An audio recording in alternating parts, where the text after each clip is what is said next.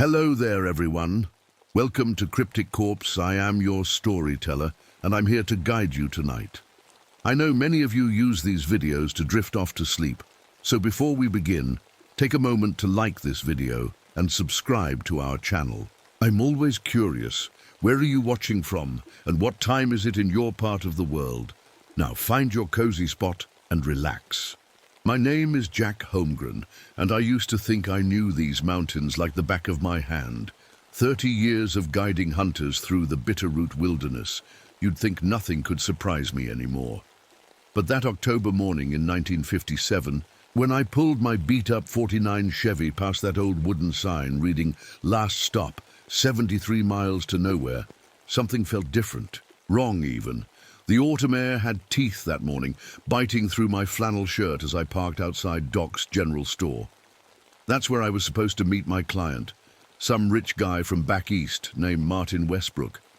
I'd never met him before, just talked on the phone.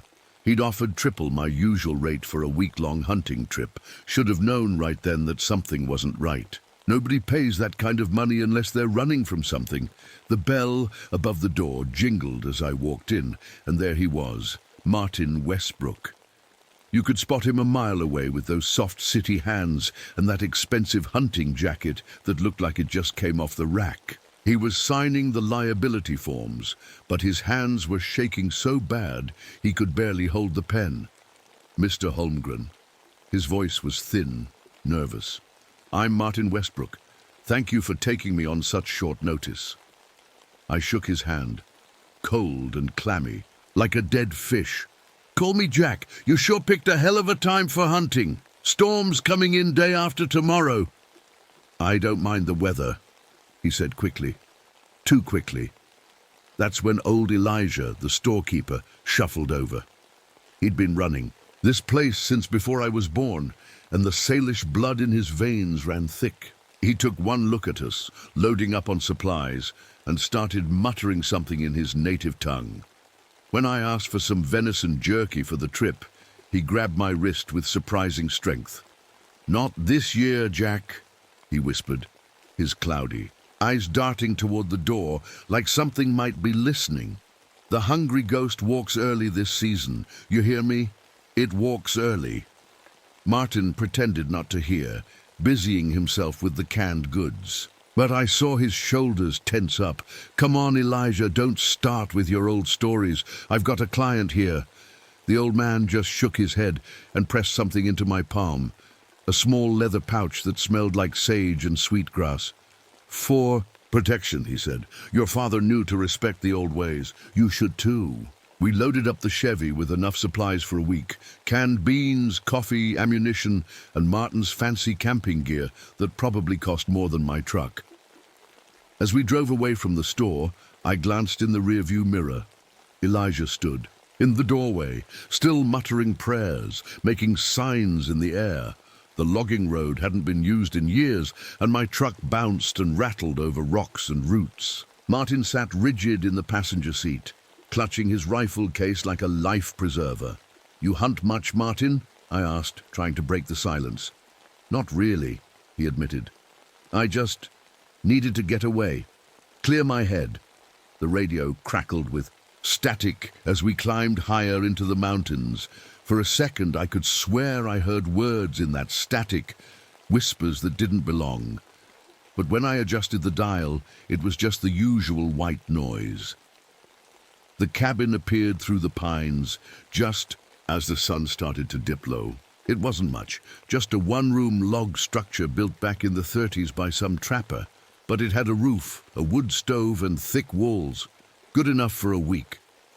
"Home sweet home," I said, killing the engine. Martin stared at the cabin like it might bite him. "Looks cozy." As we unloaded our gear, I noticed something odd. The door was slightly ajar, creaking in the wind. I always left it locked tight, always. "Wait here," I told Martin, drawing my .45 from its holster. Inside, everything seemed normal at first glance. Table, chairs, 2 cots, the old potbelly stove. Then I saw it, a journal on the table, leather-bound and weathered. It hadn't been there when I'd last used the cabin in spring. I picked it up, flipping to the first page. The date made my blood run cold. November 1943. The handwriting was shaky, desperate. Day 1. They say the mountain has eyes. I'm beginning to believe them. I turn more pages, each entry more disturbing than the last. The final entry was dated just 12 days after the first.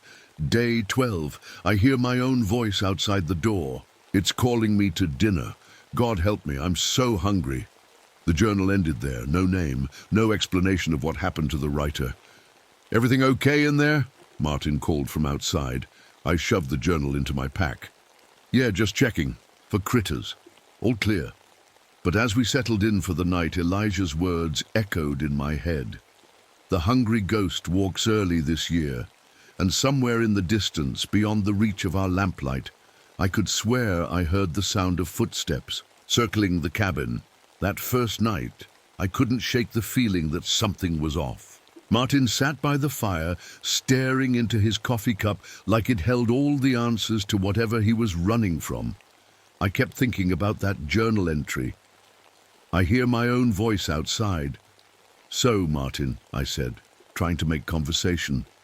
What kind of business you in? He looked up, startled, like he'd forgotten I was there. Oh, investments. Was in investments. He pulled out his wallet and a photo fell onto the table. A boy, maybe 12, with Martin's same nervous eyes. That was my son, Tommy, Martin said quietly. He drowned last winter, ice fishing accident. I'm sorry, I said, and I meant it. I'd lost my Helen 3 years back to cancer. Knew that kind of hurt. Martin picked up the photo with shaking hands. I couldn't save him. The ice just gave way. I reached for him, but before he could finish, my old marine compass on the table started acting strange. The needle wasn't just spinning. It was moving like it was alive, twitching and jerking. Then right in front of us, the needle just melted, turned into a little pool of silver liquid. What the hell? I muttered, tapping the glass. But the liquid silver just pooled there, useless. That's when Martin grabbed his coat. I need some air. Don't go far, I warned. Easy to get lost in these woods at night. I watched him step outside, then turn back to examine the broken compass. My father had given it to me before he died. It had survived the war in Korea. Countless hunting, drips, never failed me once. Outside, Martin started shouting. Jack, come quick! I grabbed my flashlight and rushed out. Martin stood about 50 yards from the cabin, pointing at something in the snow. Look at this, he said, his voice shaking. There in the beam of my flashlight was an elk, or what was left of one. Something had stripped every bit of meat from its bones, but that wasn't the strangest part. The bones were arranged in a perfect spiral pattern, like some kind of sick artwork. Bear, maybe? Martin asked hopefully.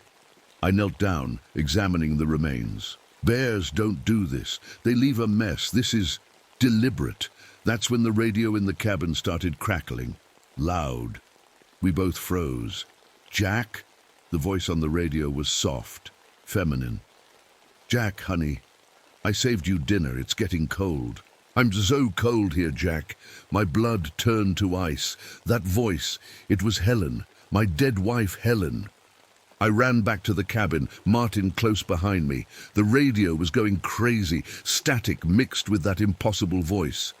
Helen? I grabbed the radio. My hands shaking now. Helen, is that you? But the voice was gone, just static. Martin looked at me, his face pale in the lantern light. Who's Helen? My wife, I said quietly. She's been dead 3 years. We sat in silence for a while after that. The fire crackled, the wind howled outside, and I tried to convince myself I hadn't heard what I'd heard. Around 3 a.m, I woke to strange sounds, crunching, chewing. I grabbed my flashlight and found Martin crouched in the corner, gnawing on something. Martin, what are you doing? He turned, and I saw blood on his chin. In his hands was a frozen squirrel, half eaten. I I was sleepwalking, he stammered, dropping the dead animal. Why would I? It's okay, I said, though it wasn't. Sometimes the mountain air does strange things to people. Go back to bed. But after he crawled back into his sleeping bag, I stayed awake, rifle across my lap.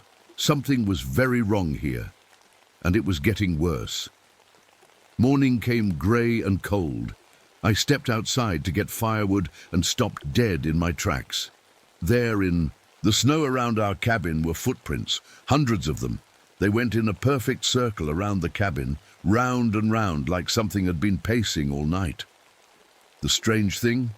They were our footprints, mine and Martin's. But we'd been inside all night.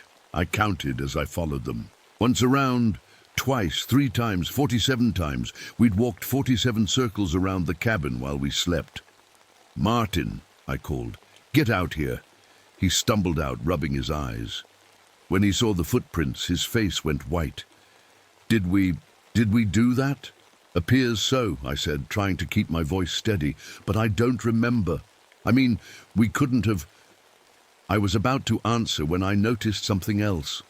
There, in the snow, were more footprints leading away from our circle. But these weren't human. They were massive, with long claw marks, and they led straight toward the cabin door. Back inside the cabin, I decided to check my own journal, the one I always kept on hunting trips. I flipped to yesterday's entry, just basic notes about meeting Martin and driving up, but when I turned the page, my heart nearly stopped. There was an entry dated today. In my handwriting, "The hunger is truth. The hunger is everything. We are already empty. We have always been empty." I slammed the journal shut. "Martin, did you write in my journal?" He looked at me confused. "What?" "No, I haven't touched your things." "Then, how do you explain this?" I showed him the page. His face went even paler, if that was possible. "Jack, I found something similar in my notebook this morning. Stuff I don't remember writing. Outside, the wind picked up sudden and fierce. The windows rattled, and then the snow started falling. But it wasn't falling down. It was falling up, defying gravity for just a few seconds before crashing back. "And to Earth. Did you see that?" Martin whispered. "Yeah," I muttered. "I saw it." The radio crackled again. This time both our voices came through, clear as day. But we were having a conversation we hadn't had yet. "We need to leave," my voice said. On the radio. "We can't," Martin's voice replied. "The truck won't start." "Then we walk. In this storm, we'll die out there. We'll die in here too." The radio went silent. Martin and I looked at each other. "Jack," he said quietly, "I need to tell you something. About my son. You don't have to..." "No, I do." He took a shaky breath. "It wasn't just an ice fishing accident. We were on a survival camping trip. I thought it would toughen him up, make him more like me. We got lost, ran out of food. The storm hit, and we couldn't find our way back. Tommy, he got so hungry, started talking about eating bark then. Then he started looking at me funny." Martin's voice cracked. "The ice didn't just give way, Jack. He attacked me. My own son tried to bite me, like an animal. I pushed him away and he fell through the ice. I let my son die because I was afraid of what he was becoming. Before I could respond, the storm hit with a vengeance. The wind screamed like a living thing, and the snow that had been falling upward now swirled in impossible patterns. Through the howling, I swear I could hear voices, dozens of them, maybe hundreds, all screaming in hunger. "We need to check." "The supplies," I said, trying to focus on something practical. But when we opened the food cache, our hearts sank. All the meat was gone, every last piece. The coffee and beans were still there, but they'd been arranged to spell out a single. "Where to feed?" "Who did this?" Martin's voice was barely a whisper. I was about to answer when I caught my reflection in the window. There, growing from my temples, were the beginnings of antlers. I blinked hard, and they were gone. "Jack." Martin was staring at me. "Your eyes, they just went red for a second." I touched my face, my trembling fingers finding only normal skin. This place is messing with our heads. We need to stay calm. But staying calm was getting harder. I could hear Martin's spine cracking. As he moved, could see his vertebrae pressing against his skin like they were trying to escape. And the hunger. God, the hunger was starting to build in my gut like a living thing. The radio came to life again. This time it was a different voice, a search and rescue team, base camp to search party. We found the bodies at the Holmgren cabin. Jesus Christ, they're all eaten. Wait, Stevens, who's that behind you? Stevens! The transmission cut off in a burst of static and screaming. Martin grabbed his notebook and started sketching frantically. I can see them, Jack. Tunnels under the cabin. They go for miles. How do I know this? How can I see them? I looked over his shoulder. The drawings were incredibly detailed, a whole network of passages beneath the mountain. And at the center of the maze, something that looked almost human but wrong. So wrong. We're not the first ones here, I said slowly, and we won't be the last. Outside, the storm raged on, but through the wind I could hear something else. Footsteps, heavy, deliberate footsteps circling our cabin, around and around and around, just like we had done in our sleep, just like we'd been doing for God knows how long. The hunger in my belly grew stronger, and I found myself looking at Martin, wondering what he might taste like. I shook my head hard. These weren't my thoughts. They couldn't be, but when I opened my hand, I found my bullets had all turned to human teeth. Martin was changing faster now. His eyes had that red glow that wouldn't go away, and when he spoke, the words came out wrong, like two voices talking at once. The trees are whispering recipes, Jack, he said, pressing his hands against the window. Can't you hear them? They're telling me how to prepare. Martin, get away from the window, I said firmly. But my own voice sounded strange too, deeper than normal. He turned to me, and I saw his fingernails had grown long and black. I need to tell you something else about Tommy, he said, before I lose myself completely. The cabin walls started to bleed, thick golden sap running down the logs. Where it touched the floor, it froze instantly into strange symbols. They looked like the cave paintings I'd found earlier, showing tall, thin figures with antlers surrounding smaller human shapes. I fed my son to the mountain, Jack, Martin whispered, not on purpose, but after he fell through the ice, after I couldn't save him, the mountain took him, and then the mountain fed itself to me. That's why I'm here. It called me back. My teeth felt loose in my mouth. I touched them with my tongue and felt sharp new ones growing behind them. We need to fight this, I said, but even I didn't believe it anymore. The radio crackled with a new transmission, a helicopter pilot's voice. This is Rescue 19er. We have visual on the cabin. Wait, that can't be right. The cabin's been burned down for 20 years.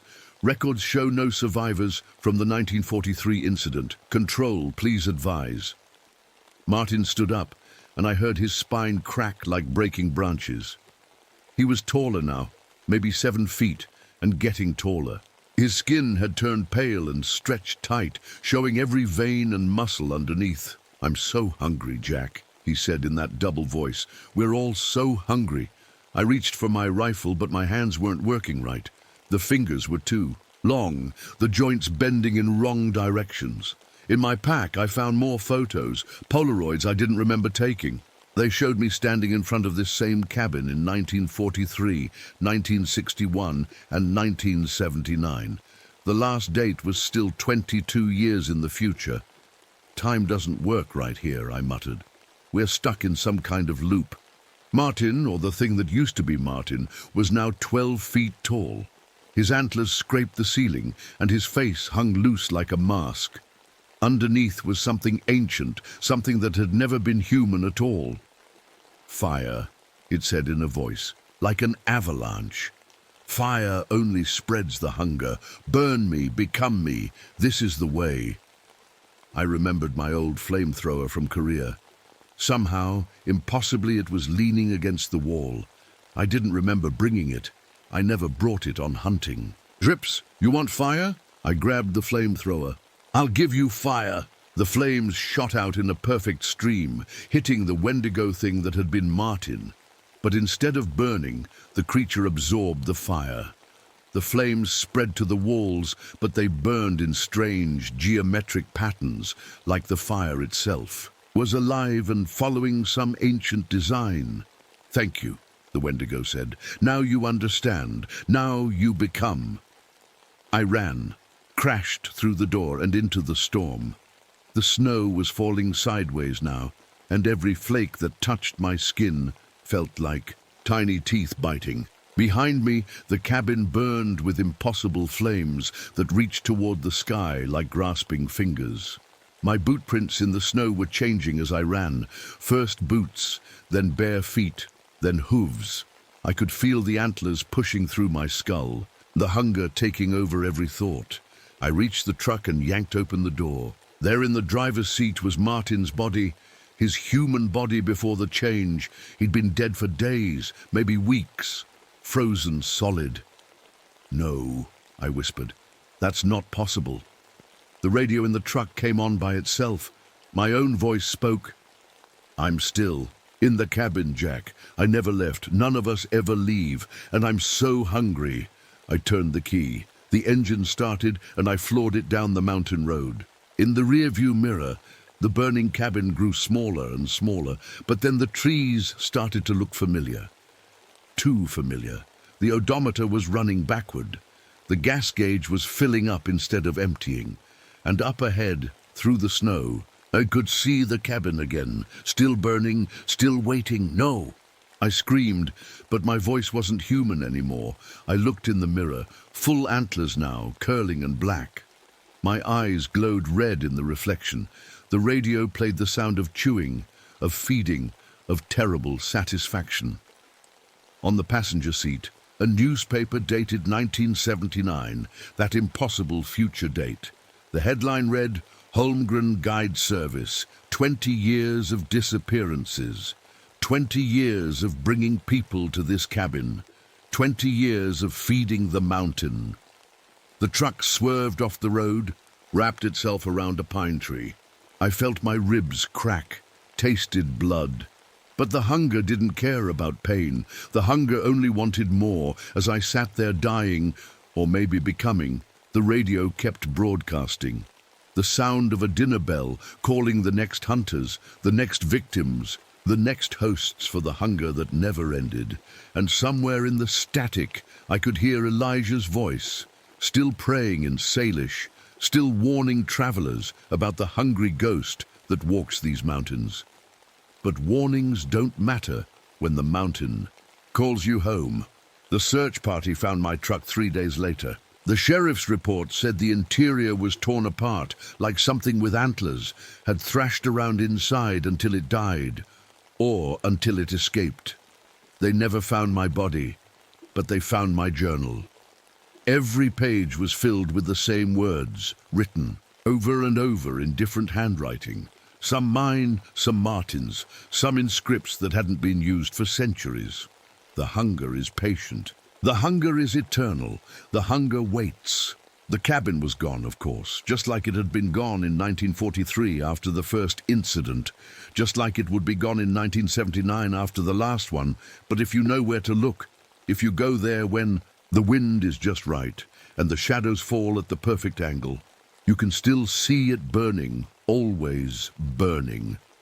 The Forest Service closed that section of the mountain after they found my truck, put up new signs, danger, unstable ground, and no trespassing. But every few years, someone ignores the warnings, usually someone running from something, usually someone who's already empty inside. They rebuilt Doc's General Store after old. Elijah passed. His nephew runs it now. He still keeps that leather pouch behind the counter, the one that smells like sage and sweetgrass. And when certain customers come in, customers with hungry eyes who ask about hunting guides, he tells them the same thing his uncle used to say. The mountain's closed, has been for years. But mountains don't really close, they just wait. And sometimes, late at night, The radio in the new store crackles to life. You can hear voices in the static. My voice, Martin's voice, others too, all saying the same thing. I'm so hungry. The nephew just unplugs the radio when that happens, resets the breakers, continues the same rituals his uncle taught him, because he knows what I learned too late. Some hungers can never be satisfied. They can only be contained, and up in those mountains, in a cabin that exists and doesn't exist, the Wendigo waits. It has my face now, it has Martin's face. It has a dozen faces, 100. It's patient, it's eternal, and it's always hungry. The mountain has eyes, they say, and teeth, and an appetite that grows with each feeding. I should know. After all, I'm still up there, walking circles in the snow, 47 times, always 47 times, waiting for the next guide to bring the next empty soul to fill, because the hunger never ends. It only spreads. My name is Ruth Caldwell, and I never thought I'd be coming back to Missouri. But here I was, driving my old pickup truck down Highway 19, heading toward the family farmhouse I'd inherited from my grandmother. The October air was crisp, and the trees along Mark Twain National Forest were showing off their fall colors. Red and gold leaves danced across the road as I drove. I hadn't been here since I was a little girl, before Vietnam, before everything changed. I needed supplies, so I stopped at Caulfield General Store. The bell above the door jingled as I walked in. The place smelled like old wood and coffee, just like I remembered. "Well, I'll be," said Verna May from behind the counter. She was older now, her grey hair pulled back in a tight bun. "Ruth Caldwell, heard you was coming back." "Hi, Verna May," I said, grabbing a basket. "Just need some basics to get me started." As I picked up bread and milk, I noticed Verna May watching me. When I brought my stuff to the counter, she crossed herself. "Them Caldwell lands?" She started, then stopped. "What about them?" I asked. She leaned closer, her voice dropping to a whisper. "The dogs got your granddaddy. You best be careful out there." "Dogs?" I felt a chill run down my spine. "Not regular dogs," she said, shaking her head. "Black dogs. Been on them lands since before the Civil War." I paid for my groceries and left, trying to shake off her words. People in small towns always had their superstitions. The farmhouse sat at the end of a long dirt road. It looked smaller than I remembered, with peeling white paint and a sagging porch. But it was mine now. I grabbed my bags and the manila envelope with the property papers. Inside, the house smelled musty. Dust particles floated in the afternoon sunlight, streaming through dirty windows. I set my things on the kitchen table and opened the envelope. Look at the deed again. That's when I noticed something strange. At the bottom of the deed, in faded brown ink, someone had written, "Sunset Clause, incomplete." What did that mean? I spent the rest of the day cleaning and unpacking. By nighttime, I was exhausted. I took my medication, pills for the nightmares, that had followed me home from Vietnam, and got ready for bed. But when I picked up the pill bottle from my nightstand later to check the label, something was wrong. The white pills had turned black, completely black, like someone had dipped them in ink. I dumped them in the trash and decided I'd call my doctor in the morning. That's when I heard the scratching. It was coming from inside the walls, not mice. This sound was different, deeper, like something with claws was trying to get out. I grabbed my flashlight and followed the sound to the spare bedroom. The door was locked, which was odd, because I didn't remember locking it. I found the key and opened it. My flashlight beam swept across the room. Everything looked normal until I saw the wall. Deep claw marks ran down the wallpaper, but something was wrong with them. The wood shavings were on the floor, but they faced inward toward the room, like whatever made those marks had been inside the wall, clawing its way out. That's impossible, I told myself. Maybe the house was just old. Maybe animals had gotten in somehow. But deep down, I remembered Verna May's words about the black dogs, and I wondered if coming back to this place had been a terrible mistake. The next morning, I drove to the county library. If there really were stories about black dogs on our land, I wanted to know about them. The librarian, Mrs. Henderson, helped me find the old newspapers and county records. I spent hours going through dusty books and yellow newspapers. What I found made my skin crawl. In the past 150 years, there had been 37 reported dog attacks on or near Caldwell property, people torn apart, livestock drained of blood, and always witnesses talking about massive black dogs that disappeared into thin air. When I got back to the farmhouse, a kid on a bicycle was waiting in my driveway. He looked about 16, with shaggy brown hair and freckles. "Mom," he called. Out. "I'm Bobby Hutchins, live about a mile down the road. Can I help you?" I asked, getting out of my truck. "Well, ma'am, it's more like... I think you might need help." He shifted nervously on his bike. "You got a devil's circle in your wheat field." "A what?" "Come on, I'll show you."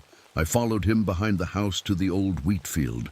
Sure enough, in the middle of the golden wheat was a perfect circle where all the stalks were bent flat against the ground. Must have been 30 feet across. "My granddad used to talk about these," Bobby said. "They show up when they're getting active again." "They?" "The black dogs, ma'am. They're not like regular dogs. Granddad said they come from somewhere else. Been here longer than people have." That night, I had one of my Vietnam nightmares. But this time was different. I was back in the jungle working on wounded soldiers at our field hospital. But in the shadows between the trees, I could see black shapes moving, dog-shaped, but bigger, much bigger. I woke up sweating, my heart pounding. It was 3 a.m. That's when I heard Max, my German shepherd, whining. He was standing at my bedroom door, refusing to go into the hallway. Max was a retired military dog, trained to be fearless, but now he was shaking. "What's wrong, boy?" I asked. He whined again and backed away from the door. I grabbed my flashlight and stepped into the hall. Max stayed behind, which worried me more than anything else that had happened so far. The hallway felt wrong, colder than it should be. And was it longer? That couldn't be right. I walked to the end of the hall and stopped. There was a door there that hadn't been there before. I was sure of it. I'd lived in this house for 3 days now, and I knew every room.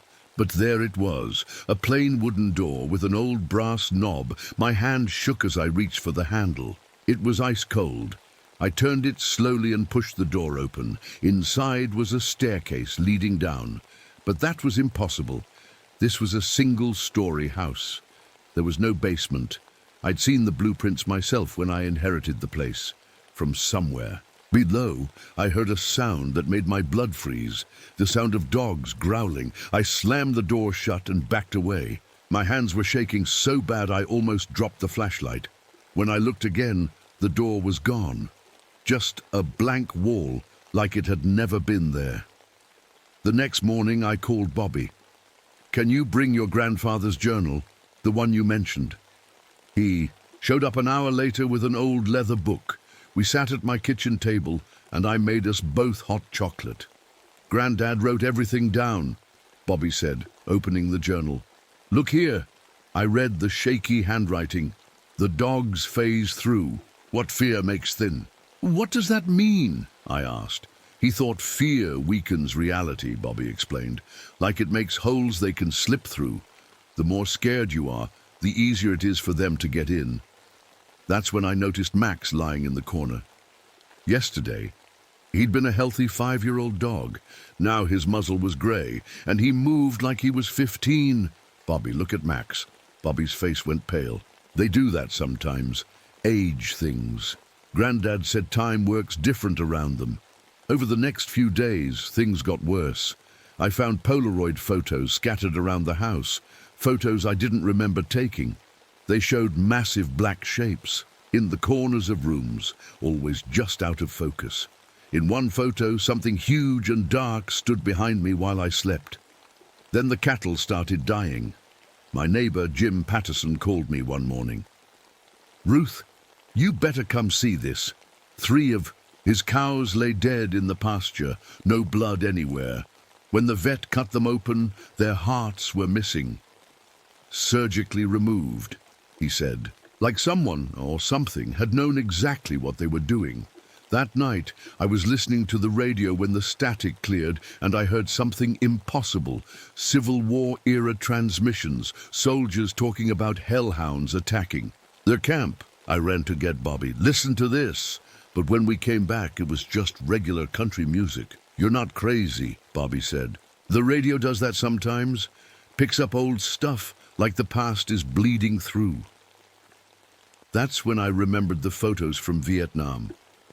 I dug through my old army footlocker until I found them. Pictures I'd taken at the field hospital. Wounded, soldiers, burned villages, and in every single photo there in the background were black shapes. Dog-shaped shadows that shouldn't have been there. They've been following you, Bobby said quietly. Following me. Or maybe you've been carrying them. Grandad thought fear was like a beacon to them. And you, he hesitated. You saw a lot of bad stuff in the war, didn't you? I nodded, unable to speak. That night, 3 hunters disappeared in the woods. The sheriff found their truck the next morning. Doors locked from the inside. Keys still in the ignition. No sign of the men anywhere. But there were paw prints in the mud, huge ones, bigger than any dog I'd ever seen, and they led straight to my property line, then vanished. That evening, I was washing dishes when I saw it happen. Through the kitchen window, clear as day, a massive black dog walked straight through my oak tree. Not around it. Through it, like the tree was made of smoke. I dropped the plate I was holding. It shattered on the floor. The dog turned its head toward me. Its eyes glowed like hot coals. Then it vanished. Bobby came over as soon as I called him. This time, he rolled up his sleeve and showed me his left arm. There was an old scar there, 4 parallel lines. I was 8 when it happened, he said. One of them marked me. Ever since then, I can see them true. Not just glimpses like you. I see them all the time. Why didn't you tell me before? Would you have believed me? He looked out the window. They're testing you, Ruth. Seeing how you react, how scared you get. I started measuring the rooms that night. Something felt off about the house, and I needed to prove I wasn't going crazy. The living room was 20 feet wide from the inside, but when I measured the outside wall, it was only 18 feet. The house was bigger on the inside than the outside. That's the sunset clause, Bobby explained when I showed him. Your house exists partly in twilight, not fully in our world anymore. More strange things kept happening. My medical supplies from Vietnam changed overnight. Modern bandages became Civil War-era cloth. Morphine turned into old glass bottles of laudanum. Then Bobby found something in his grandfather's journal that made everything worse. Ruth, listen to this. August 1922. I thought I could control them. Performed the summoning ritual behind the Caldwell barn. I was wrong. God forgive me, I was wrong. Your grandfather brought them here. Made it worse anyway. They were already here, but he made a deal with them. Tried to use them for something. Bobby's voice shook. That's why they marked me. Payment for his mistake. That night, the pack surrounded my house. I counted at least 12 of them through the windows. They sat in a perfect circle, their red eyes glowing in the darkness. Then the Alpha appeared. It walked through my front door like it wasn't there. 7 feet tall at the shoulder, blacker than any shadow. When it opened its mouth, I heard voices. Voices of soldiers I'd tried to save in Vietnam, men who died screaming on my operating table. Help me, nurse. It hurts. Please, I want to go home. I covered my ears, but the voices were inside my head. The Alpha's eyes held faces, dozens of them, everyone I'd lost, everyone I couldn't save. They stared at me, accusing me, blaming me. That's when Max stood up. My loyal German shepherd walked to the Alpha and changed. His fur turned black. His body grew. He'd been one of them all along. The keeper must have a guide, the Alpha said in a voice like grinding stones. Your bloodline has always served us, generation after generation. You cannot break the chain. I ran to my bedroom and locked the door, but I knew it wouldn't help. Doors meant nothing to them. In my grandmother's old jewelry box, I found her diary. With shaking hands, I read the truth about my family. We weren't just landowners. We were caretakers, keepers. Each generation provided someone to contain them, to keep them from spreading beyond our land. And now it was my turn. The house began to change around me. Walls stretched, corners bent at impossible angles. Stairs appeared leading to rooms that couldn't exist. Outside my door, Bobby screamed. I yanked open the door and ran into the hallway. Bobby was surrounded by 3 of the black dogs. He was holding his grandfather's journal in front of him like a shield, reading something in Latin. "Bobby, stop!" I yelled, but it was too late. A bright light flashed from the journal. The dogs howled, a sound that made my teeth hurt. Then Bobby started aging. His hair turned white, his skin wrinkled. In seconds, he went from 16 to 60. "Ruth," he gasped, reaching for me. The ritual backfired. He collapsed. By the time I reached him, he looked 90 years old. His last breath came out as a whisper, "Don't let them win." Bobby crumbled to dust in my arms. The Alpha appeared in front of me. "You see now, fighting only feeds us. Your fear makes us stronger." I looked into its eyes, those horrible eyes full of dead faces, and saw my squad from Vietnam, my patients, my failures. They were all there, trapped inside this creature.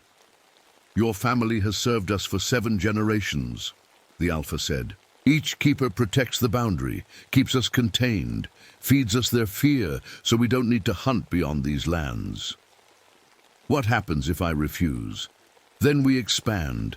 Town by town, city by city. We've been very patient, Ruth, very hungry." The house twisted around us. Walls breathed in and out, doors appeared in the ceiling. Stairs led nowhere. "Why me?" I asked. "Because you understand fear. You've seen war, death, suffering. You carry enough darkness to feed us for decades." That's when I remembered something from the war. A Buddhist monk who treated our wounded. He taught me about facing fear instead of running from it. I sat down on the floor, closed my eyes, and started the meditation he'd shown me. The Alpha growled. "What are you doing?" I focused on my breathing. In through my nose, out through my mouth. I let the fear come, all of it. Vietnam, the blood, the screams, the faces of the dead. But instead of pushing it away, I accepted it. The dogs started whining. "Stop that!" the Alpha snarled. I kept breathing. The fear was part of me, yes. But it didn't control me. I could feel it without feeding it. The house began to shake. The impossible architecture started collapsing back to normal. The black dogs grew thinner, weaker. "You're starving us," the Alpha howled. "No," I said, opening my eyes. "I'm setting us all free."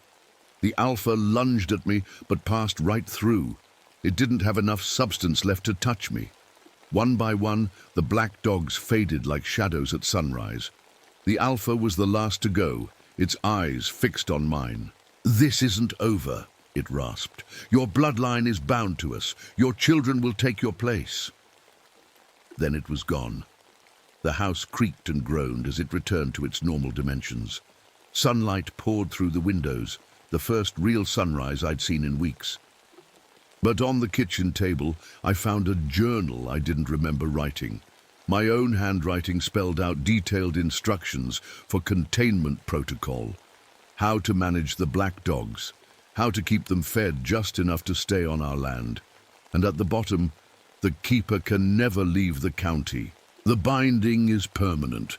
I was free of the fear, but trapped by the legacy. That's when I realized I was pregnant. I hadn't been with anyone since coming home, but somehow... Bobby. Those weeks were such a blur.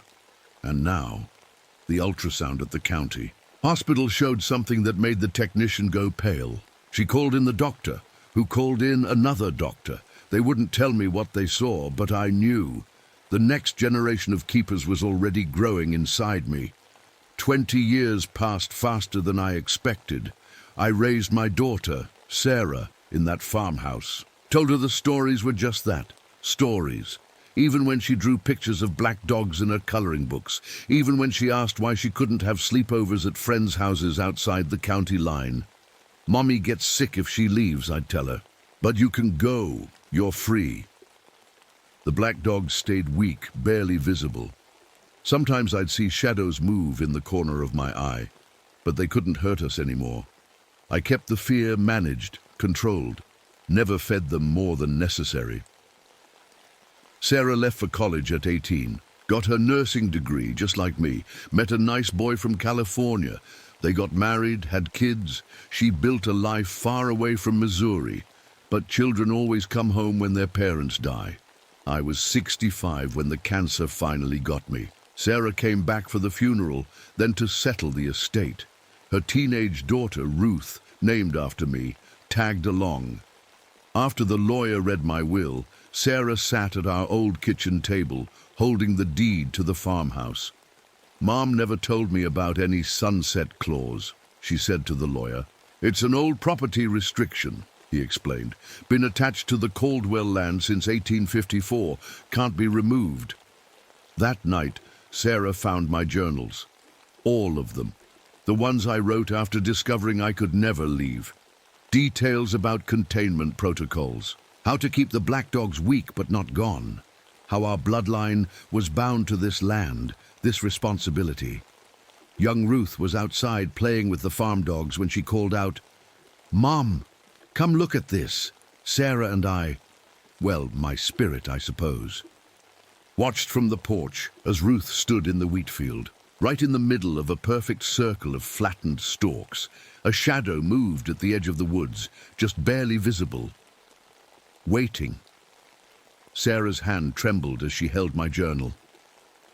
"I'm sorry," I whispered, though she couldn't hear me anymore. Every generation has to choose, but the keeper can never really leave.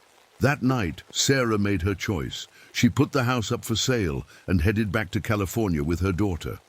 3 months later, she was back. "The doctors can't explain it," she told the real estate agent as she took down the for sale sign. "Every time I cross the county line, I get violently ill. Within minutes, it goes away as soon as I come back." The black dogs are patient. They've always been patient. And now my daughter sits at the same kitchen table where I once sat, reading the instructions I left behind, learning how to manage the fear, how to keep them contained.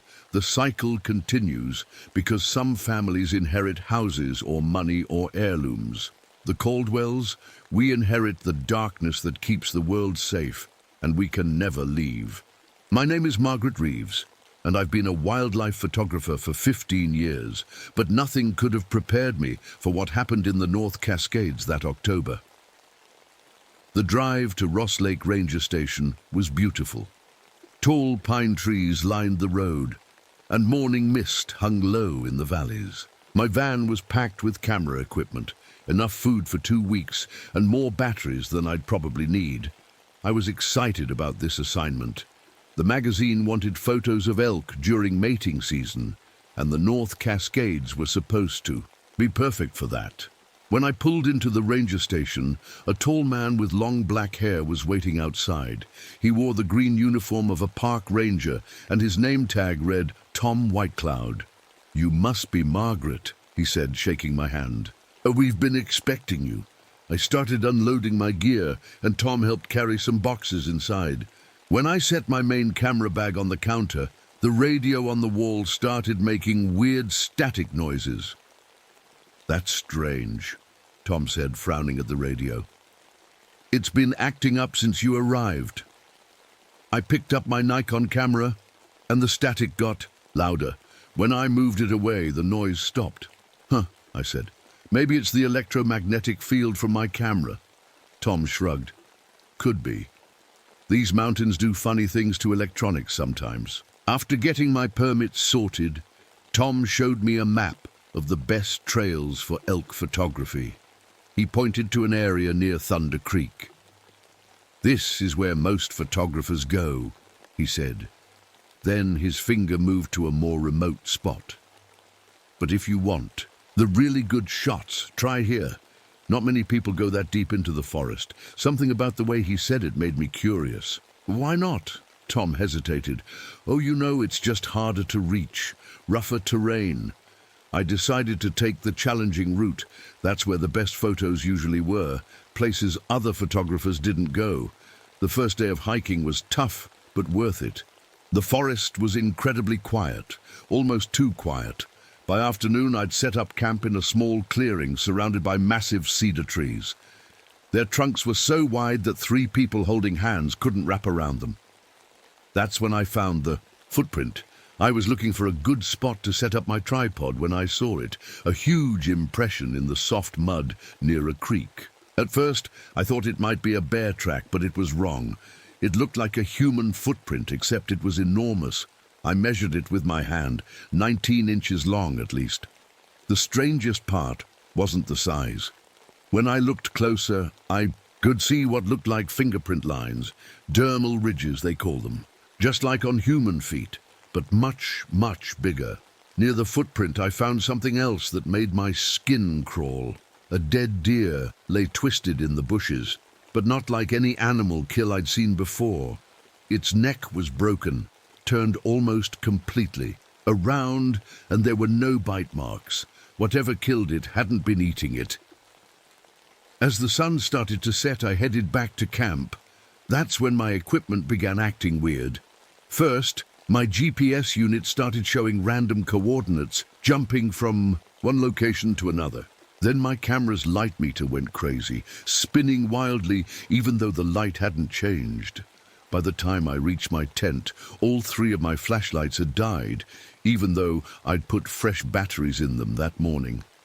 I managed to take a few photos of the tree line before it got completely dark. Just some standard shots of the forest edge. Nothing special, or so I thought.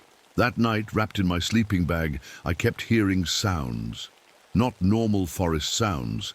These were different. Like something heavy moving through the trees, but trying to be quiet about it.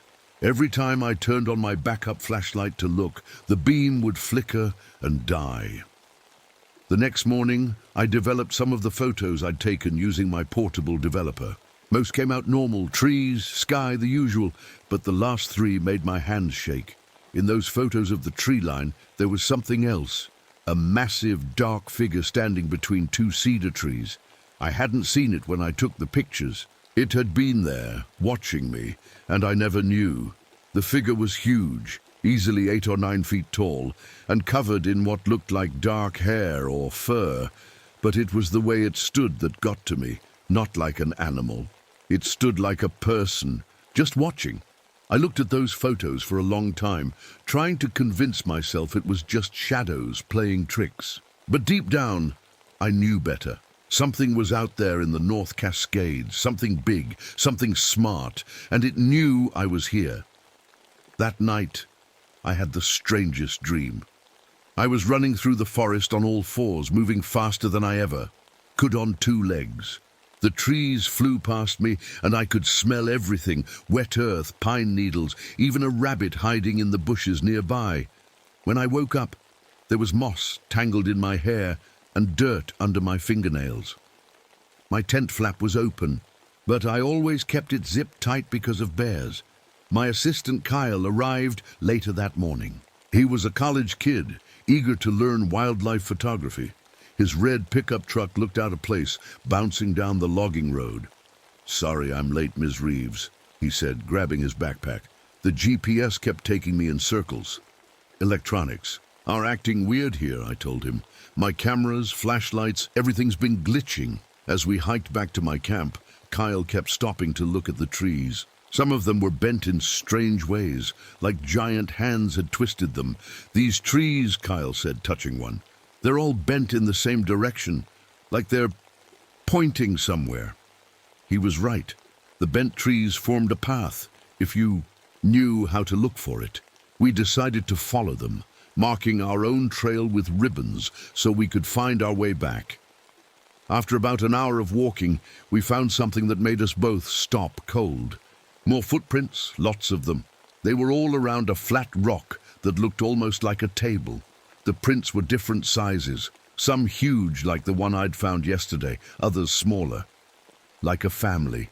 That night, Kyle and I were looking through my photos from earlier.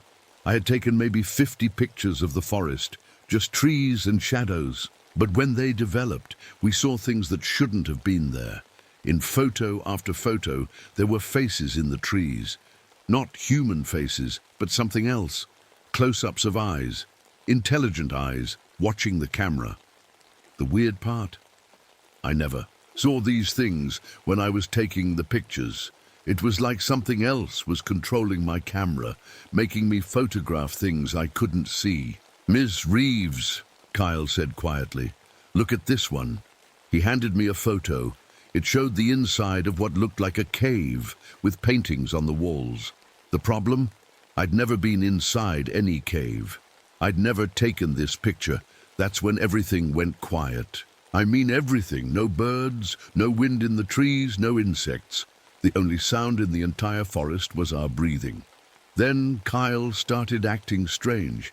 His eyes got this far-away look, and he stood up really straight. "They're coming," he said, in a voice that didn't sound like his anymore. "They want to meet you." "Kyle, what are you talking about?" But he didn't answer. He just started walking into the dark forest. I grabbed my flashlight and followed him, even though every instinct told me to run the other way. We walked for maybe 20 minutes. Kyle moved like he knew exactly where he was going, never stumbling, even though it was pitch black. Finally, we came to a clearing I'd never seen before. In the middle of the clearing stood 3 figures. They were massive, at least 8 feet, tall and covered in dark brown fur. They stood on 2 legs like humans, but they were definitely not human. The biggest one looked right at me. And I mean right at me, like it could see into my thoughts. Then something impossible happened. I heard a voice in my head. Not through my ears, inside my actual mind. "You take pictures of the forest," the voice said. "We want to show you what you cannot see." My hands were shaking as I raised my camera. The creatures didn't move, just watched me with those intelligent eyes. I took one picture, then another. When I developed those photos later, they were the clearest images I'd ever taken. Every detail was perfect. The texture of their fur, the wrinkles in their faces, the intelligence in their eyes. But here's the thing that still keeps me awake at night. When I tried to show those photos to Kyle the next morning, he couldn't see anything in them. To him, they were just pictures of empty forest. "What creatures?" he kept asking. "I just see trees." That's when I realized the truth. These beings, these Sasquatch, they weren't just hiding in the forest. They could choose who saw them and who didn't. They could control our minds, our cameras, maybe even our memories, and for some reason, they had chosen to reveal themselves to me. The next few days got stranger and stranger. Kyle started having blackouts. He'd disappear for hours and come back with no memory of where he'd been. Once, I found him 5 miles from camp, just standing in a stream, staring at nothing. "How did I get here?" he asked, looking confused. His clothes were soaked, and there was mud on his face, like he'd been crawling on the ground. That same night, animals started acting weird around our camp. First, it was just a few raccoons sitting in a perfect circle, watching our tent. Then, deer started showing up, standing in rows like soldiers. Even the birds seemed to be working together, flying in patterns that didn't look natural. But the scariest part was when Kyle's journal went missing. We found it the next morning, filled with math equations neither of us understood. Pages and pages of complex formulas about evolution and parallel species development. Kyle swore he didn't write any of it. "I failed math in high school," he said, staring at his own handwriting. "How could I write this stuff?" On the 5th day, I was alone at camp when it happened. Real contact. I was cleaning my camera lens when suddenly my head felt like it was splitting open. Images flooded my mind. Earth, millions of years ago. Massive. Forests covering everything, and these beings, the Sasquatch, building their own civilization. They showed me their history, how they were here first, before humans, how they learned to hide when our ancestors became violent, how they developed abilities we couldn't understand, controlling thoughts, bending reality, communicating with all living things. When the vision ended, I was on my knees gasping for air. That's when I saw him, the Alpha. He was at least 11 feet tall, his fur silver with age. He stood at the edge of the clearing, and even though he was 30 feet away, I could feel his presence in my mind. "We are the Watchers," his voice said in my head. "We have been documenting your species as you document the forest. Every photographer who comes here becomes part of our record." He showed me something that made my blood run cold. My camera had been taking pictures on its own. Hundreds of photos of me, sleeping, eating, writing in my journal. Photos taken from impossible angles, like the photographer was floating above the trees. That evening, everything went wrong at once. A man showed up at our camp carrying a hunting rifle. He wore expensive camouflage gear and had mean eyes. "Name's Vernon Pike," he said, not bothering with pleasantries. "Heard there's some unusual wildlife in these parts. Maybe you've seen something interesting." I knew immediately what he wanted. He was one of those trophy hunters, the kind who'd pay anything to kill something rare and mount its head on a wall. "Just elk and deer," I lied. But Pike wasn't stupid. He saw our faces, noticed how jumpy we were. "Funny," he said, checking his rifle. "I heard different. Heard there might be something here worth a lot of money. Something big and hairy that walks on two legs." That night, Pike set up his own camp about 100 yards from ours. I could see his fire flickering through the trees. Kyle was getting worse. He kept drawing strange symbols in the dirt and couldn't remember doing it. Around midnight, I heard Pike cursing and shouting. His rifle wouldn't fire, not just jammed. It was like the bullets had disappeared from the chamber. Then his screaming changed. It became different, desperate. I ran toward his camp and found him on his knees, clawing at his own face. "They're in my head," he screamed. "They're showing me everything, the earth before us, their cities. Oh God, we're the animals. We're the ones being studied." He looked at me with wild eyes. "They've been watching us for thousands of years. Every war, every mistake, every time we destroyed something beautiful, they documented all of it." Then he started trying to eat his own fingers. I backed away, terrified. That's when I noticed Kyle standing behind me. But something was wrong with him. His face was changing, his jaw was extending, his body hair growing thicker before my eyes. "Kyle?" I whispered. He looked at me, and his eyes weren't human anymore. "I understand now," he said in a voice that was deeper, more guttural. "They're not monsters. We are. They're trying to save the earth from us." The Alpha Sasquatch appeared beside us, silent as mist. He touched Kyle's shoulder with one massive hand. "Your assistant has chosen," the voice in my head said. "Now you must choose, Margaret. Join us as a bridge between our species, or leave and forget everything. If you choose to forget, your photos will show only empty forest. No one will believe you." I looked at my cameras, thought about all the pictures I'd taken. The perfect shots that would prove these beings existed, the evidence the world needed to see. "But if I remember," I asked. "Then you carry our truth, but you can never share it directly. The knowledge must spread slowly through dreams and art and stories. Humanity must be prepared gradually, or they will destroy us and themselves." I thought about Pike, still screaming in his camp about being watched. I thought about Kyle, transforming into something between human and Sasquatch. I thought about all those photos of myself, taken by invisible hands. "I choose to remember," I said. The Alpha nodded slowly. "Then you will serve as witness. But know this, you will never be fully human again." I felt something change in my mind, like a door opening that could never be closed.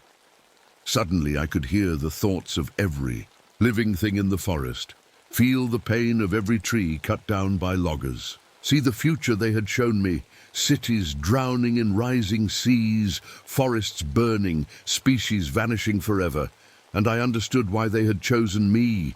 why they chose photographers and artists and storytellers. We were their memory keepers, their way of preparing humanity for the truth. The next morning, Pike was gone. His camp was empty, his rifle rusted as if it had been there for decades. Kyle was gone too, though I sometimes catch glimpses of him moving through the trees with the others. I packed up my gear and headed back to civilization, back to my magazine job and my normal life. Except nothing was normal anymore.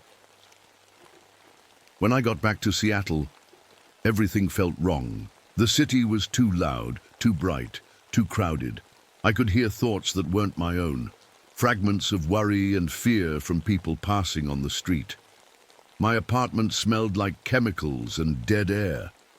I went straight to the darkroom to develop the rest of my photos.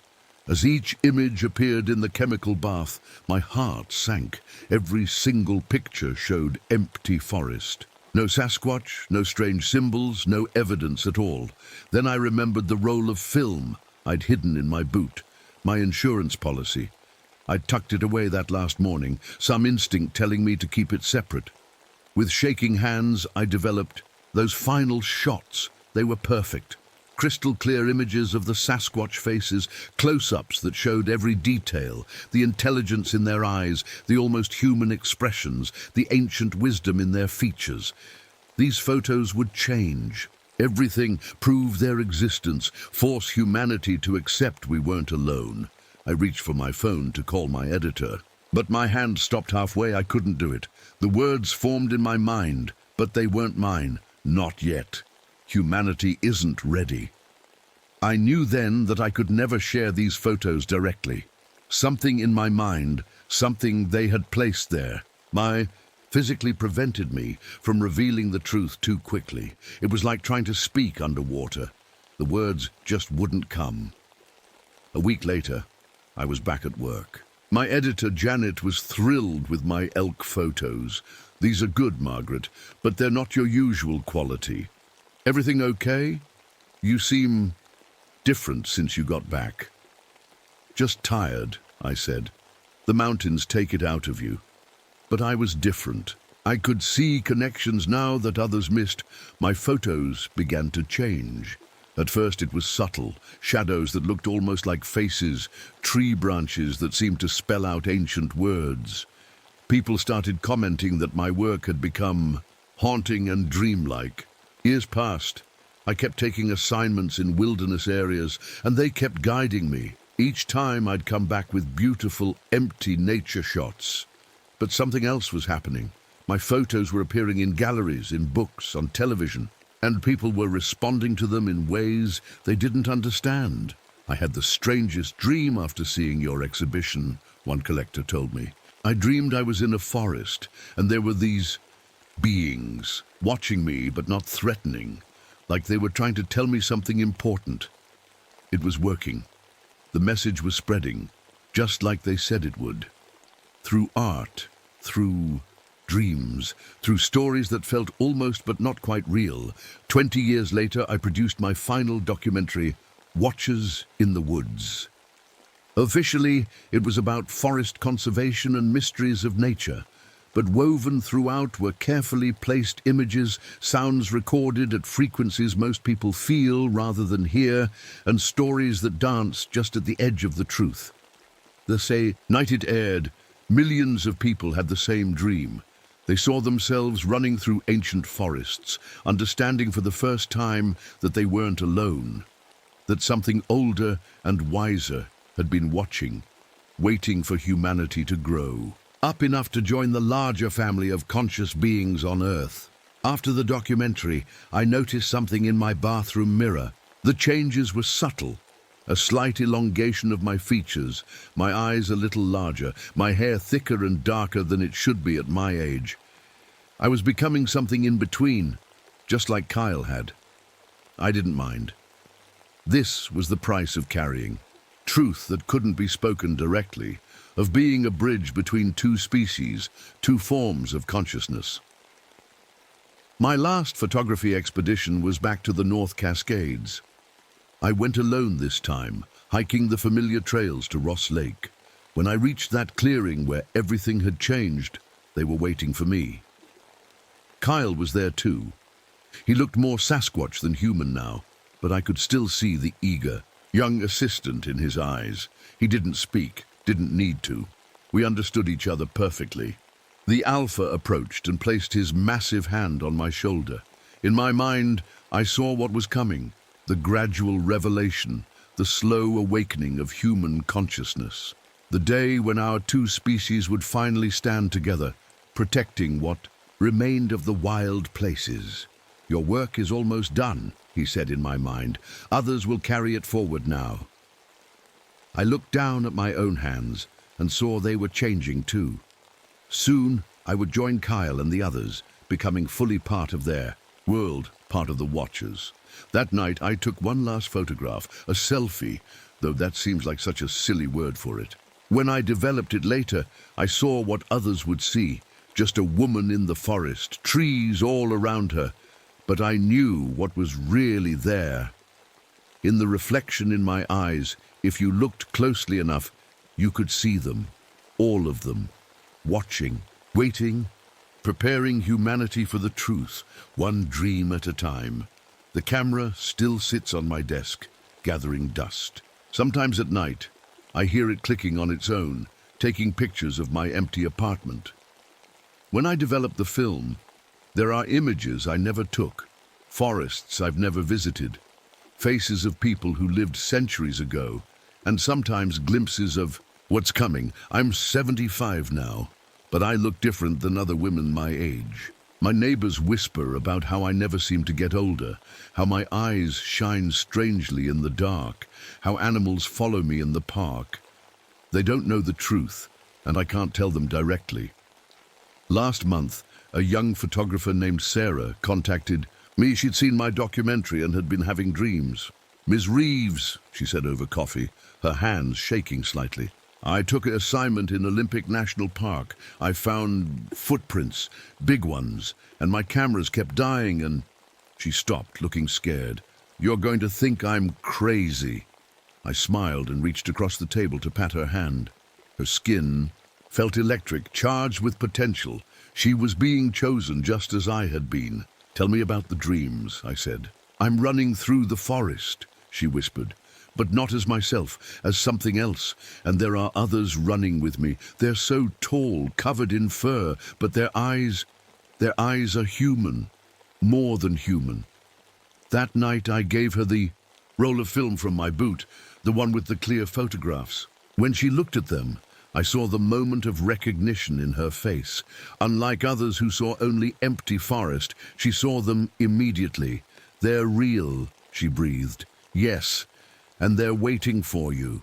She looked at me then, really looked, and I knew she could see what I had become. The slight elongation of my features, the way shadows bent around me, the ancient knowledge in my eyes. "Will I become like you?" she asked. "We all become what we need to be," I said. "To save what must be saved." The next week, Sarah left for the North Cascades.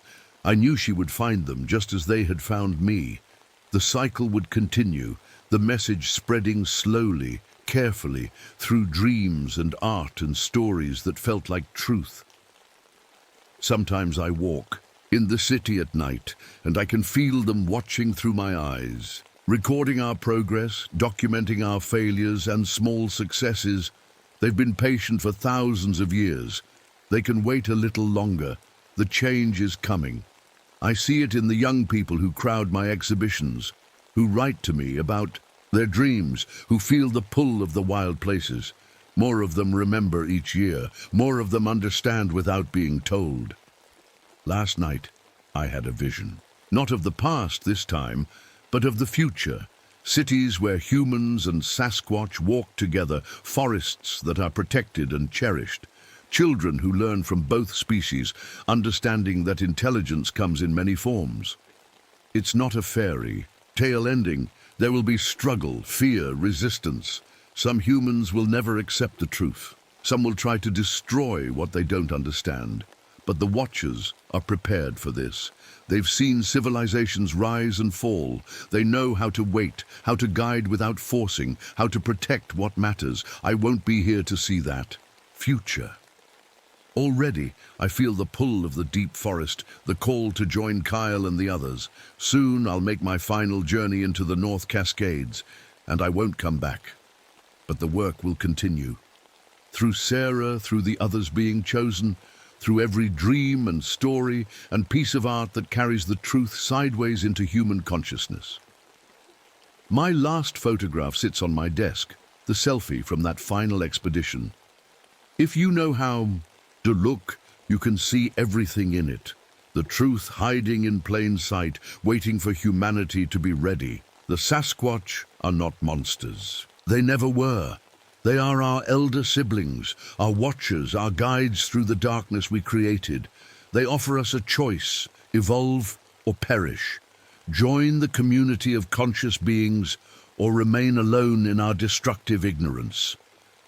I made my choice 40 years ago in a clearing in the North Cascades. Sarah made hers last week. Thousands more will make theirs in the years to come. The camera on my desk clicks again, photographing something I can't see with human eyes. I don't need to develop the film to know what it shows. The future is being documented one frame at a time. We are all being watched. We always have been. The only question is, what kind of subjects will we choose to be in the greatest documentary ever made? The story of two species. The story of Earth itself. The story that's still being written in dreams and shadows and the spaces between what we think we know. Tomorrow, I'll pack my cameras one last time. The forest is calling, and I'm finally ready to answer. The circle will close, and a new chapter will begin. The Watchers are waiting. They've always been waiting, and now, at last, humanity is beginning to look back. My name is Gabriel Torres, and I used to believe in God. Used to believe in a lot of things, actually. That was before I bought that cursed mine in the Nevada desert. Before everything I thought I knew about myself started to unravel like a cheap sweater. I was 28 years old, fresh out of seminary. Well, dropped out is more accurate. Lost my faith somewhere between biblical Hebrew and advanced theology. Funny how studying God too closely can make him disappear. I had some money saved up from my grandmother's inheritance, and I guess I was looking for something. Meaning, maybe. Or just a place to hide from all the questions I couldn't answer anymore. The man selling the mine looked sick. Not regular sick, but wrong sick. Like someone had sucked something important out of him and left the shell behind. His hands shook as he signed the papers, and he kept wiping sweat from his forehead, even though the real estate office was freezing cold. "You sure about this, son?" he asked, not meeting my eyes. "That place, it ain't right. It's just an old silver mine," I said. "I'm looking for solitude." He laughed, but it sounded more like a sob. "Oh, you'll find solitude all right, and maybe something else." I should have listened. Should have paid attention to how he practically ran out of the office after handing me the keys, or how the real estate agent crossed herself when she thought I wasn't looking. The drive out to the mine took 6 hours from Vegas. The last 2 were on dirt roads that my truck barely handled. As I got closer to the place, the desert seemed to get quieter. Even the wind died down, like nature itself was holding its breath. The mine entrance was marked by old wooden beams, weathered grey by the sun. But it was the rocks around it that made me stop and stare. Someone had carved pictures into them, weird stick figures that looked like people pulling their faces off like masks. The carvings were old, maybe Native American, but something about them made my skin crawl. The previous owner had left everything behind. And I mean everything. Clothes still hung in the makeshift closet he'd built. Canned food lined the shelves. His toothbrush was still in a cup by the water barrel. It was like he'd just vanished, or run away so fast he didn't dare pack. I found his journals while setting up my own camp. Most of it was normal stuff. Complaints about the heat, lists of supplies, notes about silver veins. But the last few entries, those were different. "Saw Jim today," one entry read. Except Jim's been dead 3 years. It was wearing his smile, but the eyes were wrong. Coyote eyes in a man's face. Another entry, dated just a week before I bought. The place. It knows things only Jim would know. Called me by my childhood nickname. I'm leaving tomorrow. If anyone finds this, burn it all. Burn it and run. But I didn't run. I was tired of running. From my faith, from my family's disappointment, from myself. I made camp, set up my tent about 50 yards from the mine entrance, and started a fire as the sun went down. That first night I heard my mother singing.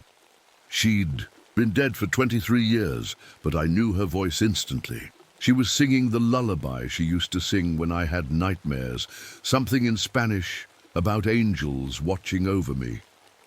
The voice came from inside the mine, echoing up from the dark. I sat by my fire, telling myself it was just the wind playing. Tricks. The desert does strange things to sound. That's all it was, had to be, but the wind doesn't know the words to Duermete mi niño. The wind doesn't know that she always skipped the second verse because she could never remember it. I didn't sleep that night. I sat by the fire with my back to a rock, my flashlight in one hand and my grandfather's rosary in the other, waiting for the sun to come up and make the world make sense again. It didn't. The next morning, I did what any reasonable person would do. I grabbed my flashlight and went into that mine. I know. Every horror movie ever made says, don't do that. But I needed to know if I was losing my mind, or if there was some logical explanation for my dead mother's voice echoing in the dark. The mine shaft angled down at first, then leveled out. My flashlight beam seemed weaker in here, like the darkness was thick enough to push back.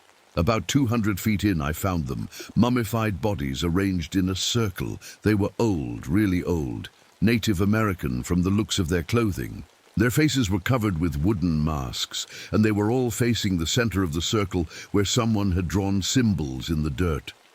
I should have turned back right then. Instead, I took pictures with my phone, thinking maybe the local university would be interested. As I was backing away from the bodies, I heard gravel crunch behind me. "Gabe!" I spun around so fast I almost dropped my flashlight.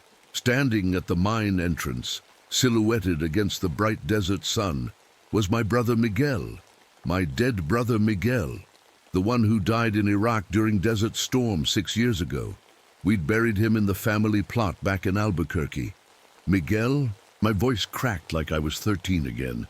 He stepped into the mine, and as my eyes adjusted, I could see his face clearly. It was him. The same crooked nose from when he broke it playing basketball. The same scar above his left eyebrow from when I accidentally hit him with a baseball bat when we were kids. "Hey, little brother," he said, and his voice was exactly right. "Been a while. You're dead. I went to your funeral." He shrugged. That same casual shrug he used to give Mom when she asked why he was late for dinner. "Yeah, well, I got better. This was impossible. I knew it was impossible.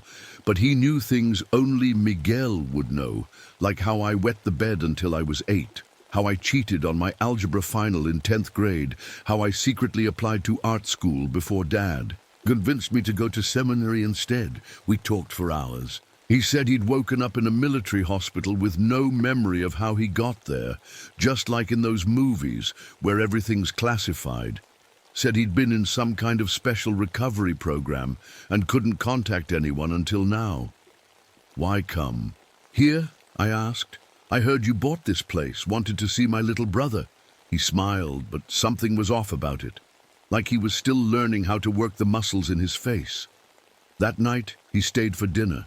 We sat around my campfire eating beans from cans, and he told stories about our childhood that were so accurate, so detailed, that I started to doubt my own sanity. Maybe the funeral had been for someone else. Maybe there'd been some massive military mix-up. But then I asked him about Sophia, his girlfriend who'd been pregnant when he died. Asked how their kid was doing. Miguel's face went blank for just a second. Then he smiled again and said, "Oh, they're fine. Just fine. Except Miguel never had a girlfriend named Sophia. I made her up just then, to test him. He must have seen something in my face because his smile got wider, too wide. And he said, "You always were the smart one, Gabe. Dad used to say that all the time." Our dad never said that. He always said I was the sensitive one. Miguel was the smart one. I went to bed that night with my knife under my pillow, even though I knew it probably wouldn't help, because whatever was wearing my brother's face had copied him almost perfectly. But when you grow up with someone, you notice when they're off by just a few degrees, like when they know things they shouldn't and don't know things they should, like when their shadow moves a split second before they do, like when you catch them standing outside your tent at 3 a.m., reading your private journal with eyes that reflect the moonlight like a coyote's. The next morning, I decided to explore more of the mine. I needed to get away from Miguel for a while, needed to think. But when I got to the entrance, I stopped dead in my tracks. There were footprints in the dust, my footprints leading into the mine. The problem was, I could see my own boots on my feet. I hadn't been in there yet today. I knelt down to look closer. The treads matched perfectly. Even that worn spot on the left heel where I always drag my foot. These were definitely my prints, but they were going in one direction, into the darkness. Found something interesting. Miguel's voice came from right behind me. I hadn't heard him approach. Just checking the stability of the entrance, I lied. He smiled, that too wide smile. Smart. You always were careful, Gabe. I went back to camp, but I couldn't shake the feeling that something was very wrong. I tried to distract myself by turning on my radio, looking for a weather report. Instead, I picked up military chatter. Base, this is Patrol 7. We have visual on Entity Alpha. Patrol 7, maintain distance. Do not engage. Copy that, Base. It's just standing there, watching us. Any sign of physical manifestation? Negative. It's wearing... Base, you're not going to believe this, but it's wearing Sergeant Martinez's face. The signal cut to static. I quickly switched frequencies, but couldn't find them again. I looked around for Miguel, but he'd disappeared. That night, while making dinner over the campfire, a coyote emerged from the darkness. It sat just outside, the ring of firelight, and stared at me. Nothing unusual about that, except this coyote had human eyes. Blue eyes with white showing all around the iris. Eyes that looked too intelligent, too knowing. It sat there for almost an hour, just watching. When it finally stood to leave, it left human handprints in the dust. The next morning, I went to shave using the little mirror I'd hung on a pole. I lathered up, raised the razor to my cheek, and then froze. My reflection had just scratched its nose. The problem was, I hadn't moved yet. I watched, hypnotized, as my reflection seemed to be about 2 seconds behind my actual movements. Everything okay, little brother? Miguel was standing behind me, but only in real life. In the mirror, the space behind me was empty. "I'm fine," I managed to say. That night, I had the dream. I was walking through the desert when an old Navajo man approached me. His face was painted with symbols that hurt my eyes to look at. "It learns you to become you," he said. "It has always been here, long before the white man's bombs and secret bases. It takes what it needs and leaves the shell behind." "What is it?" I asked in the dream. "Hunger," he replied. "Hunger with 1,000 faces." I woke up to find I'd been sleepwalking. I was standing at a table I'd set up in my tent, and spread out in front of me was a detailed map of the mine system. The strange part? I'd mapped areas I'd never explored, passages that went deeper than the mining company's official surveys. My hands were covered in pencil lead, and the map was in my handwriting, but I had no memory of drawing it. Miguel was standing at the entrance to my tent, watching me with those eyes that were almost right, but not quite. "Busy night?" he asked. Looked down at the map, then back at him. "I guess so." He stepped closer, looking at the detailed passages I'd drawn. "Looks like you've been exploring more than you told me about, little brother." "I haven't been in these tunnels," I said. "Not yet," he replied, and smiled. Later that morning, while Miguel was gone doing whatever he did when he disappeared, I went back to my radio. This time, I caught a different military frequency. Confirmed civilian presence at the Old Silver. Creek Mine matches the description of our escapee. Negative, Command. The civilian's name is Gabriel Torres, former seminary student. He bought the property legally 2 weeks ago. Torres. Run that name. Interesting. Are you certain there's only one person at the site? Well, that's where it gets complicated, Command. We've observed 2 individuals, but our thermal imaging is only picking up one heat signature. I turned off the radio, my hands shaking. Escapee. What were they talking about? That afternoon, Miguel suggested we explore the mine together. I couldn't think of a good reason to refuse without admitting I knew something was wrong with him. So I grabbed my flashlight and we headed in. We walked past the circle of mummified bodies deeper into the tunnels. Miguel moved like he knew exactly where he was going, even though I'd never seen him enter the mine before. "So," he said casually as we walked, "you never told me why you really left seminary." "Crisis of faith," I said, which was my standard. "Answer, sure, but specifically, was it the Peterson incident?" I stopped walking. The Peterson incident was something that happened in the confessional. Father Peterson was the only other person who knew about it. It wasn't in any records. I hadn't even written about it in my journal. "How do you know about that?" I asked. Miguel turned to face me, and in the dim light of our flashlights, his face seemed to shift slightly, like a mask that didn't quite fit. "I know everything you know, Gabe," he said softly. "Everything you've forgotten. Everything you're trying to forget. That's what I do. I learn people, I become them, and then I become them better than they ever were. That's when I started running.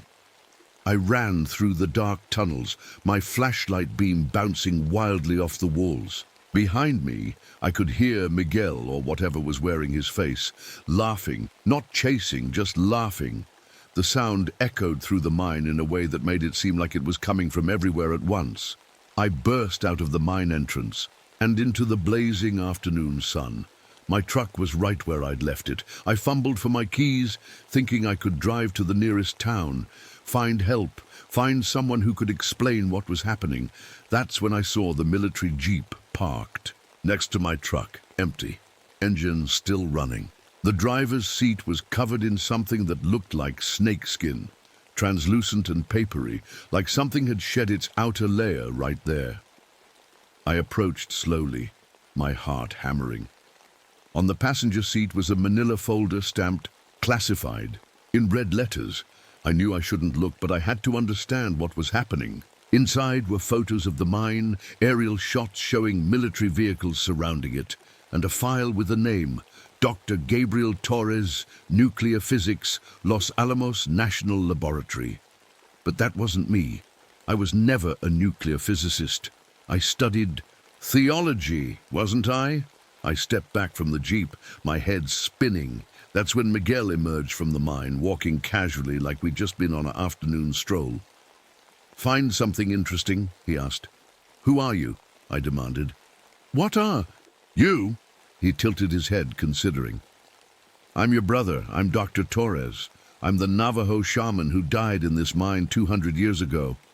I'm Private Martinez, who went AWOL last month. I'm everyone who's ever come here." He paused.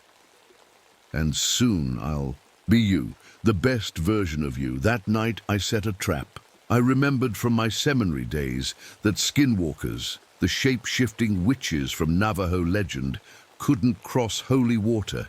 It was probably superstition, but I was desperate.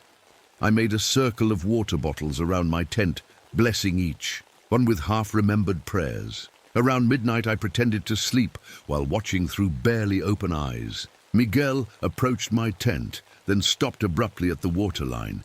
He didn't seem to notice it consciously, but he wouldn't cross it. Instead, he paced around the perimeter like a wolf circling prey.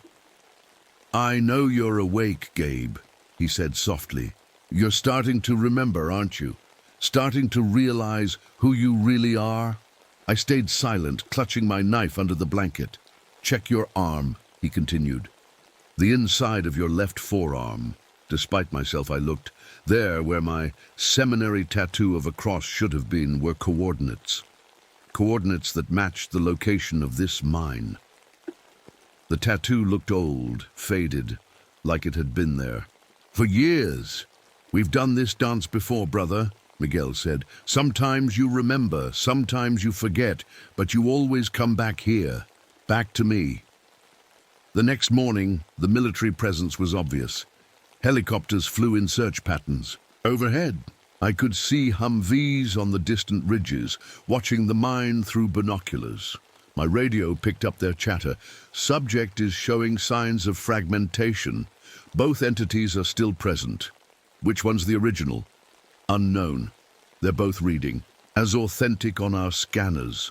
I realized with growing horror that they weren't sure if I was the real Gabriel Torres or not. And neither was I. That afternoon, I couldn't remember my parents' names. I sat at my camp table, pen in hand, trying to write them down. Maria and something with a J, or was it Carlos and Elena? The harder I tried to remember, the more the memories seemed to slip away, like trying to hold water in my hands. Miguel sat across from me, watching with interest. "It's starting," he said. "The exchange.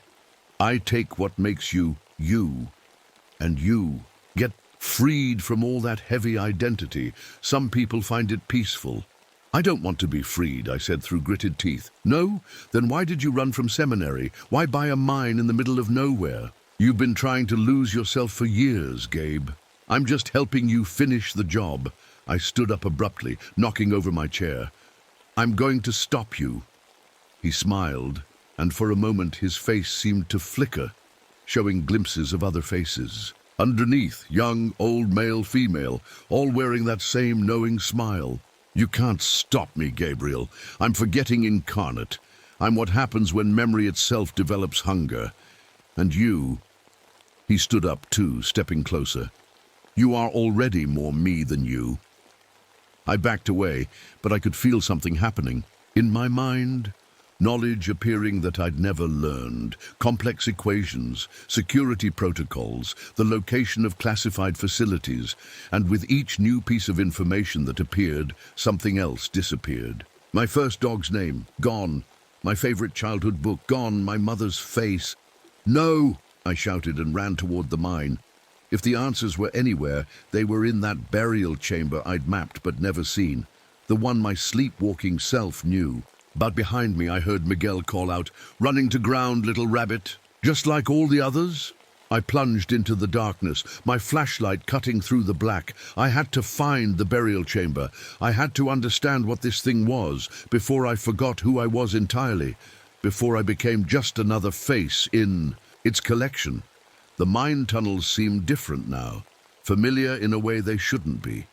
My feet knew where to go, even as my mind struggled to hold on to my own name. Gabriel Torres. I am Gabriel Torres. I studied theology. I had a brother named Miguel who died in Iraq. I had parents named. The names were gone, but my feet kept moving deeper into the earth, toward a chamber that called to me with the voices of all the people I used to be. I found the burial chamber exactly where my unconscious mind had mapped it. The tunnel opened into a cavern lit by phosphorescent minerals in the walls, a sickly green glow that made everything look underwater.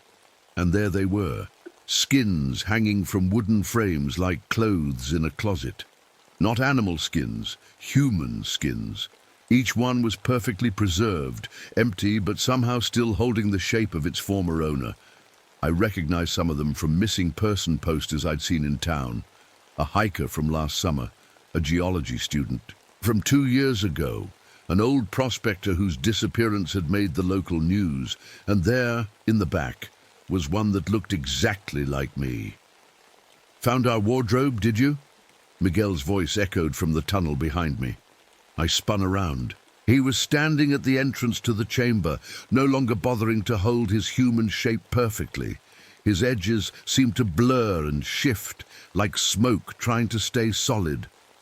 "What are you?" I asked, though part of me already knew. "I told you, I'm hunger. I'm forgetting. I'm what happens when the space between identities becomes alive."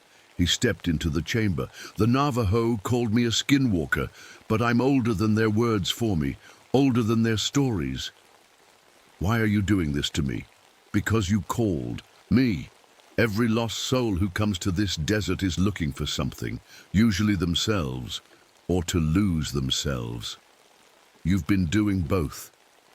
He gestured to the hanging skins. "I help people shed what they don't want, and I keep what's useful. I backed away until I hit the wall. I don't want to forget who I am." "No? Then why can't you remember your mother's name? Why did you run from your faith, from your family? You've been trying to disappear your whole life, Gabriel. I'm just helping you complete the process." He was right. Part of me had always wanted to disappear, to shed my identity like old skin, but not like this. "The military knows about you," I said. "They're surrounding this place." He laughed. "The military? Oh, Gabriel, who do you think I learned nuclear secrets from? Who do you think taught me about their classified facilities? Every soldier who comes here feeds me their knowledge before I feed them their own forgetting." Above us, I could hear helicopters. "The military was getting closer. They'll stop you," I said. "They'll try, they always do. And then I'll wear their faces too." He stepped closer. "Just like I'll wear yours. We're already so close to the exchange, Gabriel. You have my knowledge. I have your memories. Soon we'll be indistinguishable." That's when I remembered something from my theology classes. Something about identity and soul. "You can copy memories," I said slowly, "but you can't copy what makes someone choose to remember certain things and forget others. You can't copy the soul." His face flickered with what might have been anger. "Souls are just patterns of memory and choice. I can copy those too." "Then why do you need the originals at all? Why not just make infinite copies?" He hesitated. For the first time, he seemed uncertain. "Because," he struggled with the words, "because the copy of a copy becomes degraded, blurry.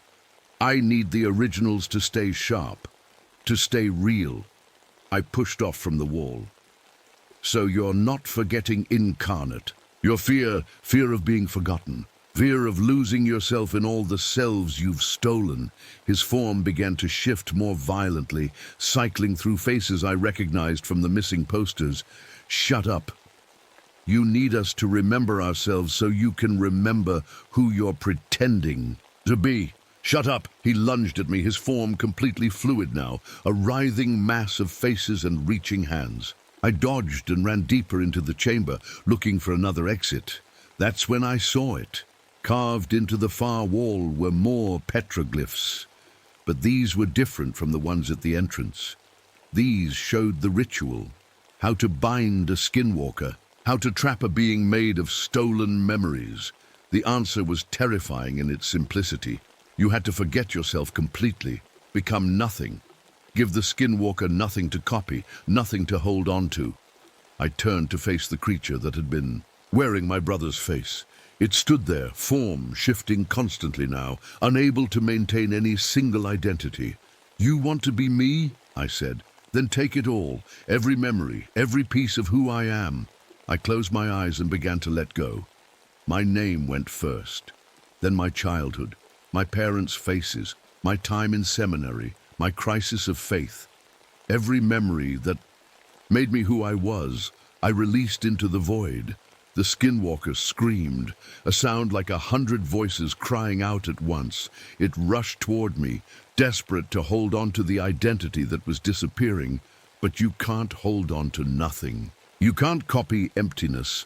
As my last memory faded, the image of those petroglyphs showing an empty circle surrounded by cast-off faces, I heard the creature's final words. Who am I if you're not you? Then darkness. I woke up in a military hospital. 3 days later, they told me they'd found 2 bodies in the mine, identical down to the fingerprints. Both were cremated, just to be safe. They asked me questions about what happened in the mine, but I couldn't tell them much. Most of my memories from that time were fuzzy, incomplete, like trying to remember a dream, but I remembered enough. I went back to seminary, finished my training, became a priest. For 6 months, everything seemed normal. Then the blackouts started. I'd be in the middle of giving a sermon and suddenly lose time. Parishioners would tell me I'd stopped mid-sentence, stared at them with strange eyes, then continued speaking, but in a different voice, speaking about things a priest shouldn't know: nuclear launch codes, classified military operations, the location of underground facilities. My shadow started moving independently. Sometimes it would reach for things before I did. Sometimes it would point at people I wasn't looking at. Then came the night I woke up at my desk, drawing maps of facilities I'd never seen, writing in languages I didn't know. The final straw came during confession. I was taking confession from Mrs. Martinez, listening to her talk about her minor sins, harsh words with her husband, impatience with her children, normal things. Then she stopped mid-sentence. When she spoke again, her voice was different, older, masculine. You can't escape what you invited in, Gabriel, she said. When you became nothing, I became everything, including you. I ran from the confessional, the church, the priesthood, everything, but you can't run from what's inside you. That was 3 months ago. Now I live alone in the desert, not in Nevada this time, but Arizona. I avoid mirrors because my reflection sometimes moves on its own. I don't keep a journal because my handwriting changes mid-sentence. Sometimes I know things I shouldn't. Sometimes I forget things I should never forget. And sometimes, late at night, I hear my own voice coming from the darkness outside my trailer, telling me it's time to go back to the mine. Time to add another face to the collection. I've started drawing maps again, maps of places I've never been, and every morning I have to check my arms to make sure that old seminary tattoo hasn't turned back into coordinates. Because I'm beginning to understand something that terrifies me more than any skinwalker or government conspiracy. Maybe I never left that mine. Maybe I'm still there, hanging in that chamber with all the other skins, while something else walks around wearing my face, my memories, my life. Or maybe, and this is the thought that keeps me awake at night, maybe it doesn't matter which one of us is real anymore. Maybe when you invite emptiness in, you become just another empty thing for ancient hungers to wear. My name is Gabriel Torres. I used to believe in God. I still do. I just pray he can tell which one of me is real. My name is Dennis McCabe. I've been a detective in Philadelphia for 12 years, and I've seen some pretty bad stuff. But nothing prepared me for what happened in the Pine Barrens that night. It was 2 a.m. when I finally left the courthouse. My hands were still shaking from testifying against the Torino crime family.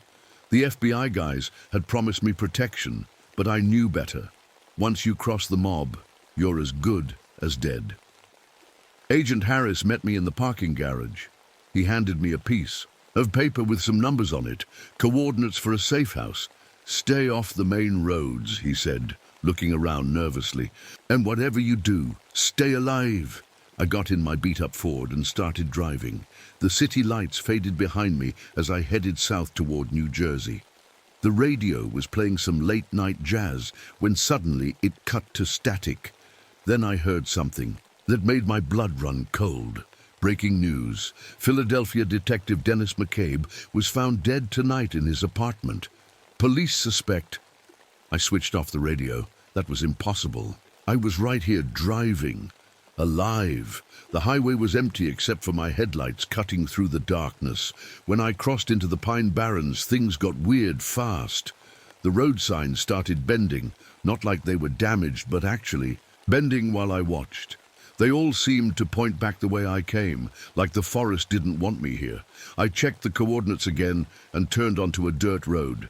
My car bounced over roots and rocks for what felt like hours. Finally, my headlights caught something. An old wooden shack near what looked like a dried-up cranberry bog. This had to be it. The safe house.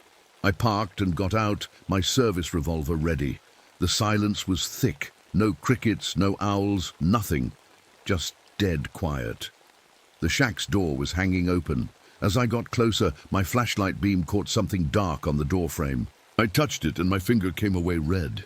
Fresh blood. Inside, the place was a mess. Broken furniture, scattered papers, and dust everywhere. But on the table sat a leather journal that looked brand new. I opened it and nearly dropped my flashlight. The first page had my name written at the top. The date was next week. And the handwriting, it was mine. Day 7. It knows I'm here, can't leave. Time wrong, everything wrong. I flipped through more pages. Each entry was in my handwriting, each dated in the future. The last entry just said, "It sees forward and back. God help me."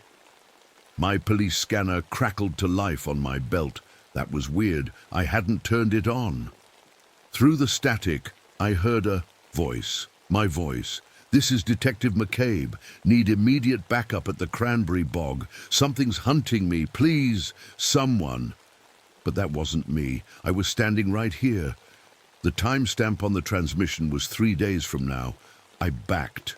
Toward the door, my heart hammering. That's when I saw them. Hoofprints burned into the sandy ground outside. They circled the shack, and each print was still smoking like they'd just been made. I slammed the door shut and pushed a table against it. On the wall, carved deep into the wood, were names and dates. Leeds family was at the top. Below it, 1735, the 13th child born wrong. More dates followed, all the way to 1979. My year. I was so focused on the wall that I didn't notice what was happening to my hands. When I looked down, they were covered in charcoal. I'd been writing on every surface I could reach.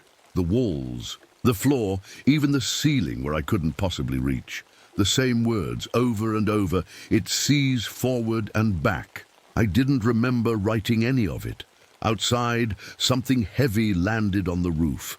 Dust rained down from the ceiling. Then came a sound that made my skin crawl, like a horse trying to scream. I knew then that the Pine Barrens had me, and whatever was out there, it wasn't just hunting me in the present. It was hunting me across time itself. I must have fallen asleep at some point, because I woke up to sunlight streaming through the cracks in the walls. But something was wrong. The sun was moving too fast across the sky, like someone was playing with time itself. I watched the shadows shift from morning to noon to evening in maybe 10 minutes. Then darkness fell and the sun rose again. This happened 3 times before I stopped counting. My watch had gone crazy too.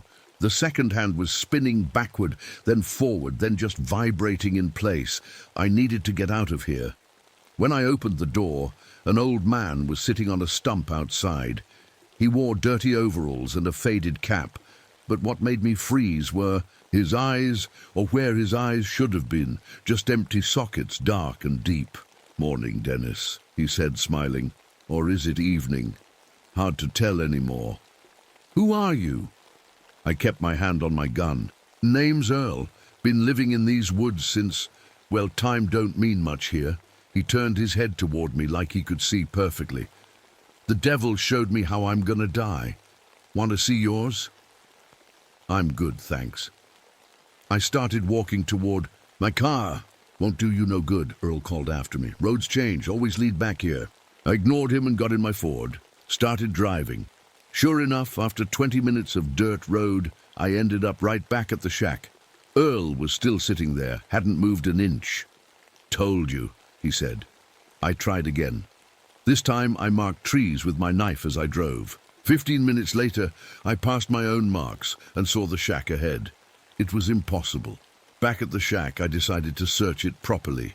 In a metal box under the floorboards, I found old newspapers from different years, 1887, 1943, 1999.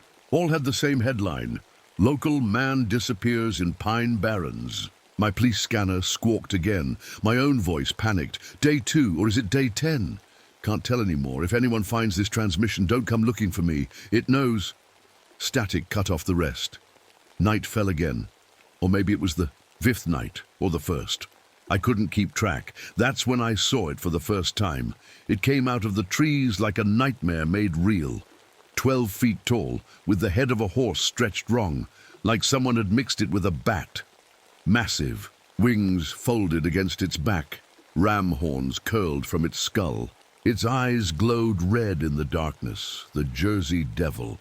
I'd heard the story since I was a kid, but seeing it, I raised my gun and fired. The bullets turned to sand before they reached it, falling harmless to the ground. The creature spoke, but the words came out backward. I couldn't understand them, but they made my teeth hurt and my nose bleed. It moved toward the shack, and I scrambled inside, slamming the door. Through the window, I watched it circle the building. Each step left those burning hoofprints. "It ain't just a monster," Earl said from behind me. I spun around. He was sitting at the table now, though I never heard him come in. The Leeds Devil was born outside time itself. 13th child of a cursed woman, they say, but that ain't the whole truth. "What is the truth?" I asked, my voice shaking. "It can see every moment at once, past, future, all of it. That's why you can't shoot it.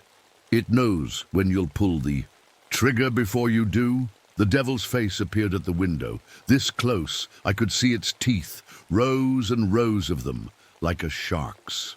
It grinned at me, and I understood something terrible. It wasn't just hunting me, it was playing with me. Outside, car engines, headlights cut through the trees. I recognized the sound of those engines, Torino family cars. They'd found me. "Great," I muttered. "Just what I needed." The devil's grin grew wider. I had the sick feeling it had been waiting for this moment all along. 2 mob hitmen got out of a black Cadillac. Carmine and Joey.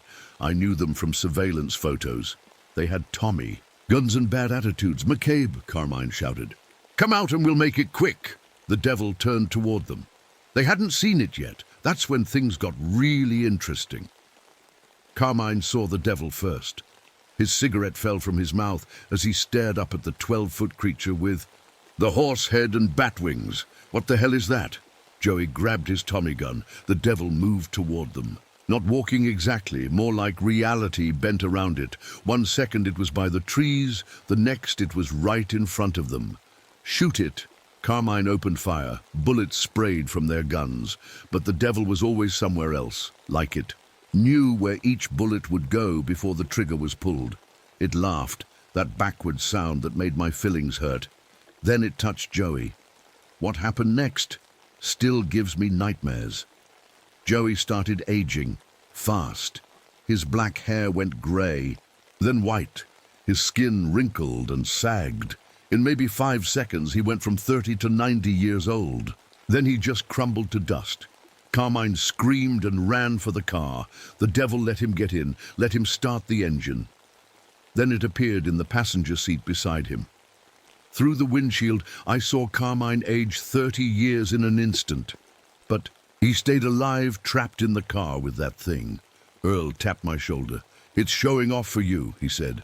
"Wants you to see what it can do." What does it want from me? Same thing it wants from everyone who comes here. You've got to become its timekeeper. It's what? Before Earl could answer, my own voice came from outside. But that was impossible. I was right here. I looked out the window and felt my sanity slip a little. There I was, standing by the cranberry bog. But this other me looked older, maybe by 10 years. He was wearing clothes I didn't own. The older me walked up to the shack and knocked on the door. "Don't answer it," Earl whispered. "Why not?" "Because that's you after you've been here for years. Time ain't a straight line in the Pine Barrens, son. You're gonna live the same days over and over in different orders. The knocking got louder, more desperate. "Let me in," the other me shouted. "I know how to stop it. I know how to escape." Earl shook his head. "He don't know nothing. He's just as lost as you are." The devil appeared behind my older self. It put one clawed hand on his shoulder and he aged another 20 years in seconds. Then he disappeared like he'd never been there. "Jesus," I whispered. "Now you're getting it," Earl said. "There's no straight line out of here, but there are possibilities." He walked to the table and opened my journal, the one with entries from the future. "You wrote about finding something in the bog," he said, "something that can hurt it." I read the entry he was pointing to. In my own handwriting, "Day 15, found the iron. Old iron from 1735, the year it was born.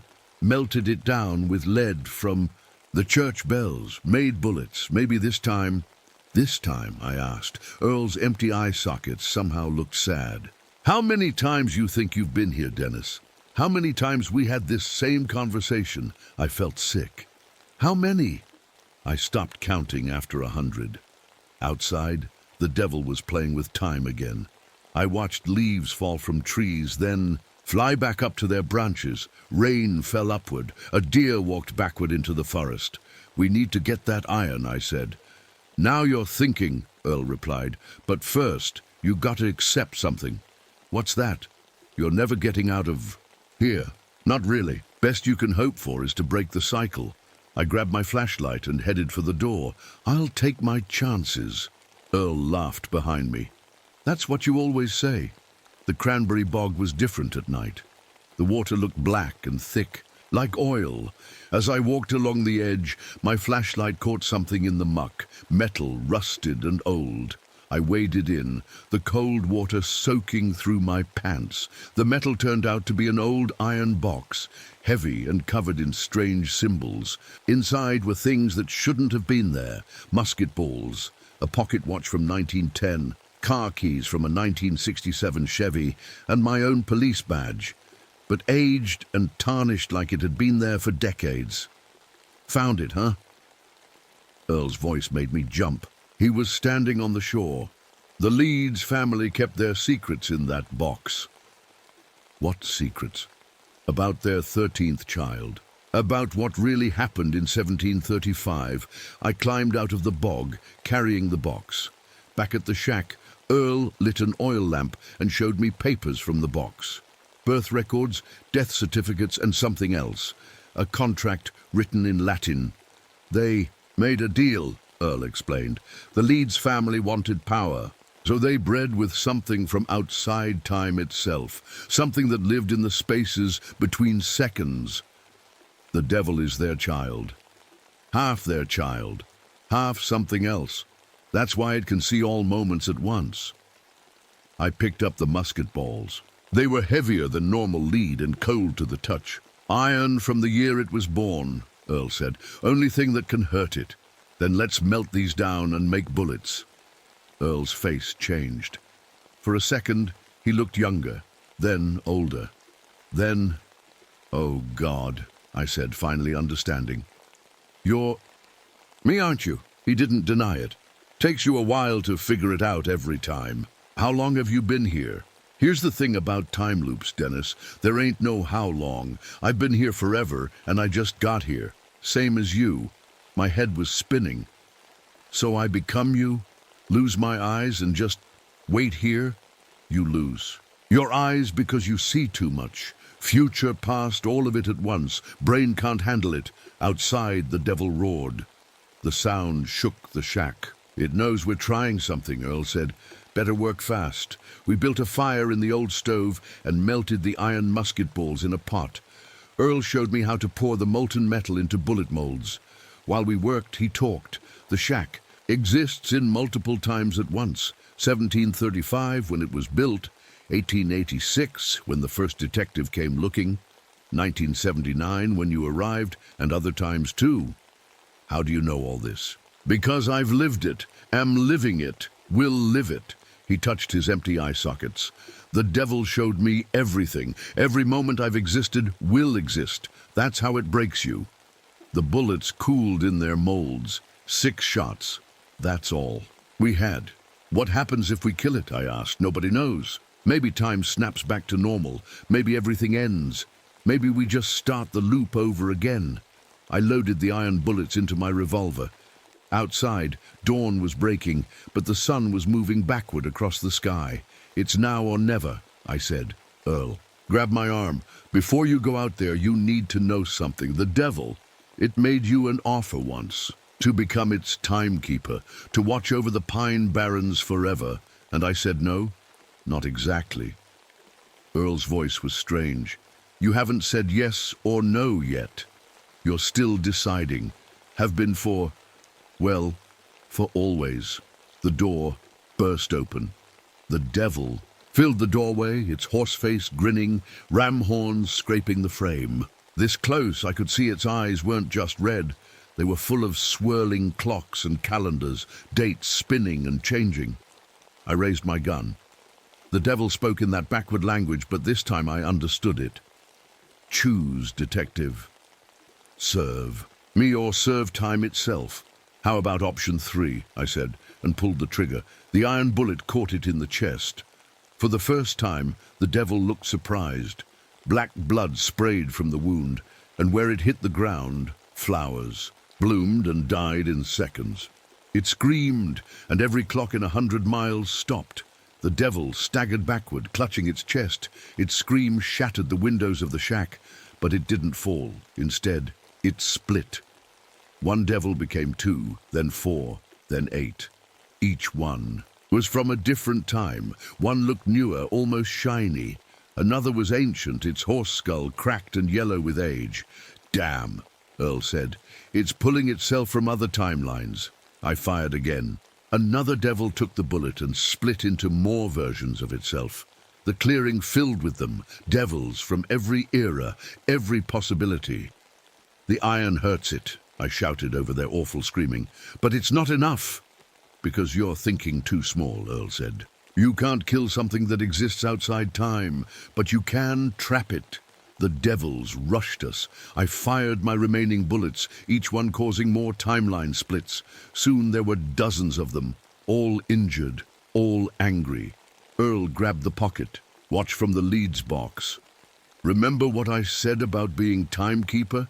That I haven't decided yet? Right, and that's the key. You're stuck in the moment of choosing, forever balanced between yes and no. He pressed the watch into my hand. Use that. The watch was ticking, but the hands moved in impossible directions. Forward, backward, diagonal. The devils surrounded. Us hundreds of eyes, all those swirling calendars and clocks fixed on me. Decide, they said in unison, their backward voices making my ears bleed. I looked at the watch. At Earl, my future self broken by too much knowledge. At the devils, fragments of something that should never have existed. And I understood. I decide not to decide, I said. I choose to keep choosing, forever. The watch in my hand grew hot. The devils froze. I'll be your timekeeper, I continued, but I'll never actually take the job. I'll always be 1 second away from accepting, 1 moment away from refusing. The devils screamed again, but this time in frustration. They couldn't move, couldn't act. I'd trapped them in my own indecision. The world shifted, time cracked like ice on a pond. When reality settled, I was alone in the clearing. No Earl, no devils, just me and the old shack. I walked to my car and found it covered in dust and leaves. How long had I been here? The radio worked, barely. The date was 2 weeks after I'd arrived. I drove out of the Pine Barrens without any trouble. The roads stayed straight. The signs pointed the right way. Back in Philadelphia, I went to the FBI office. Agent Harris nearly had a heart attack when he saw me.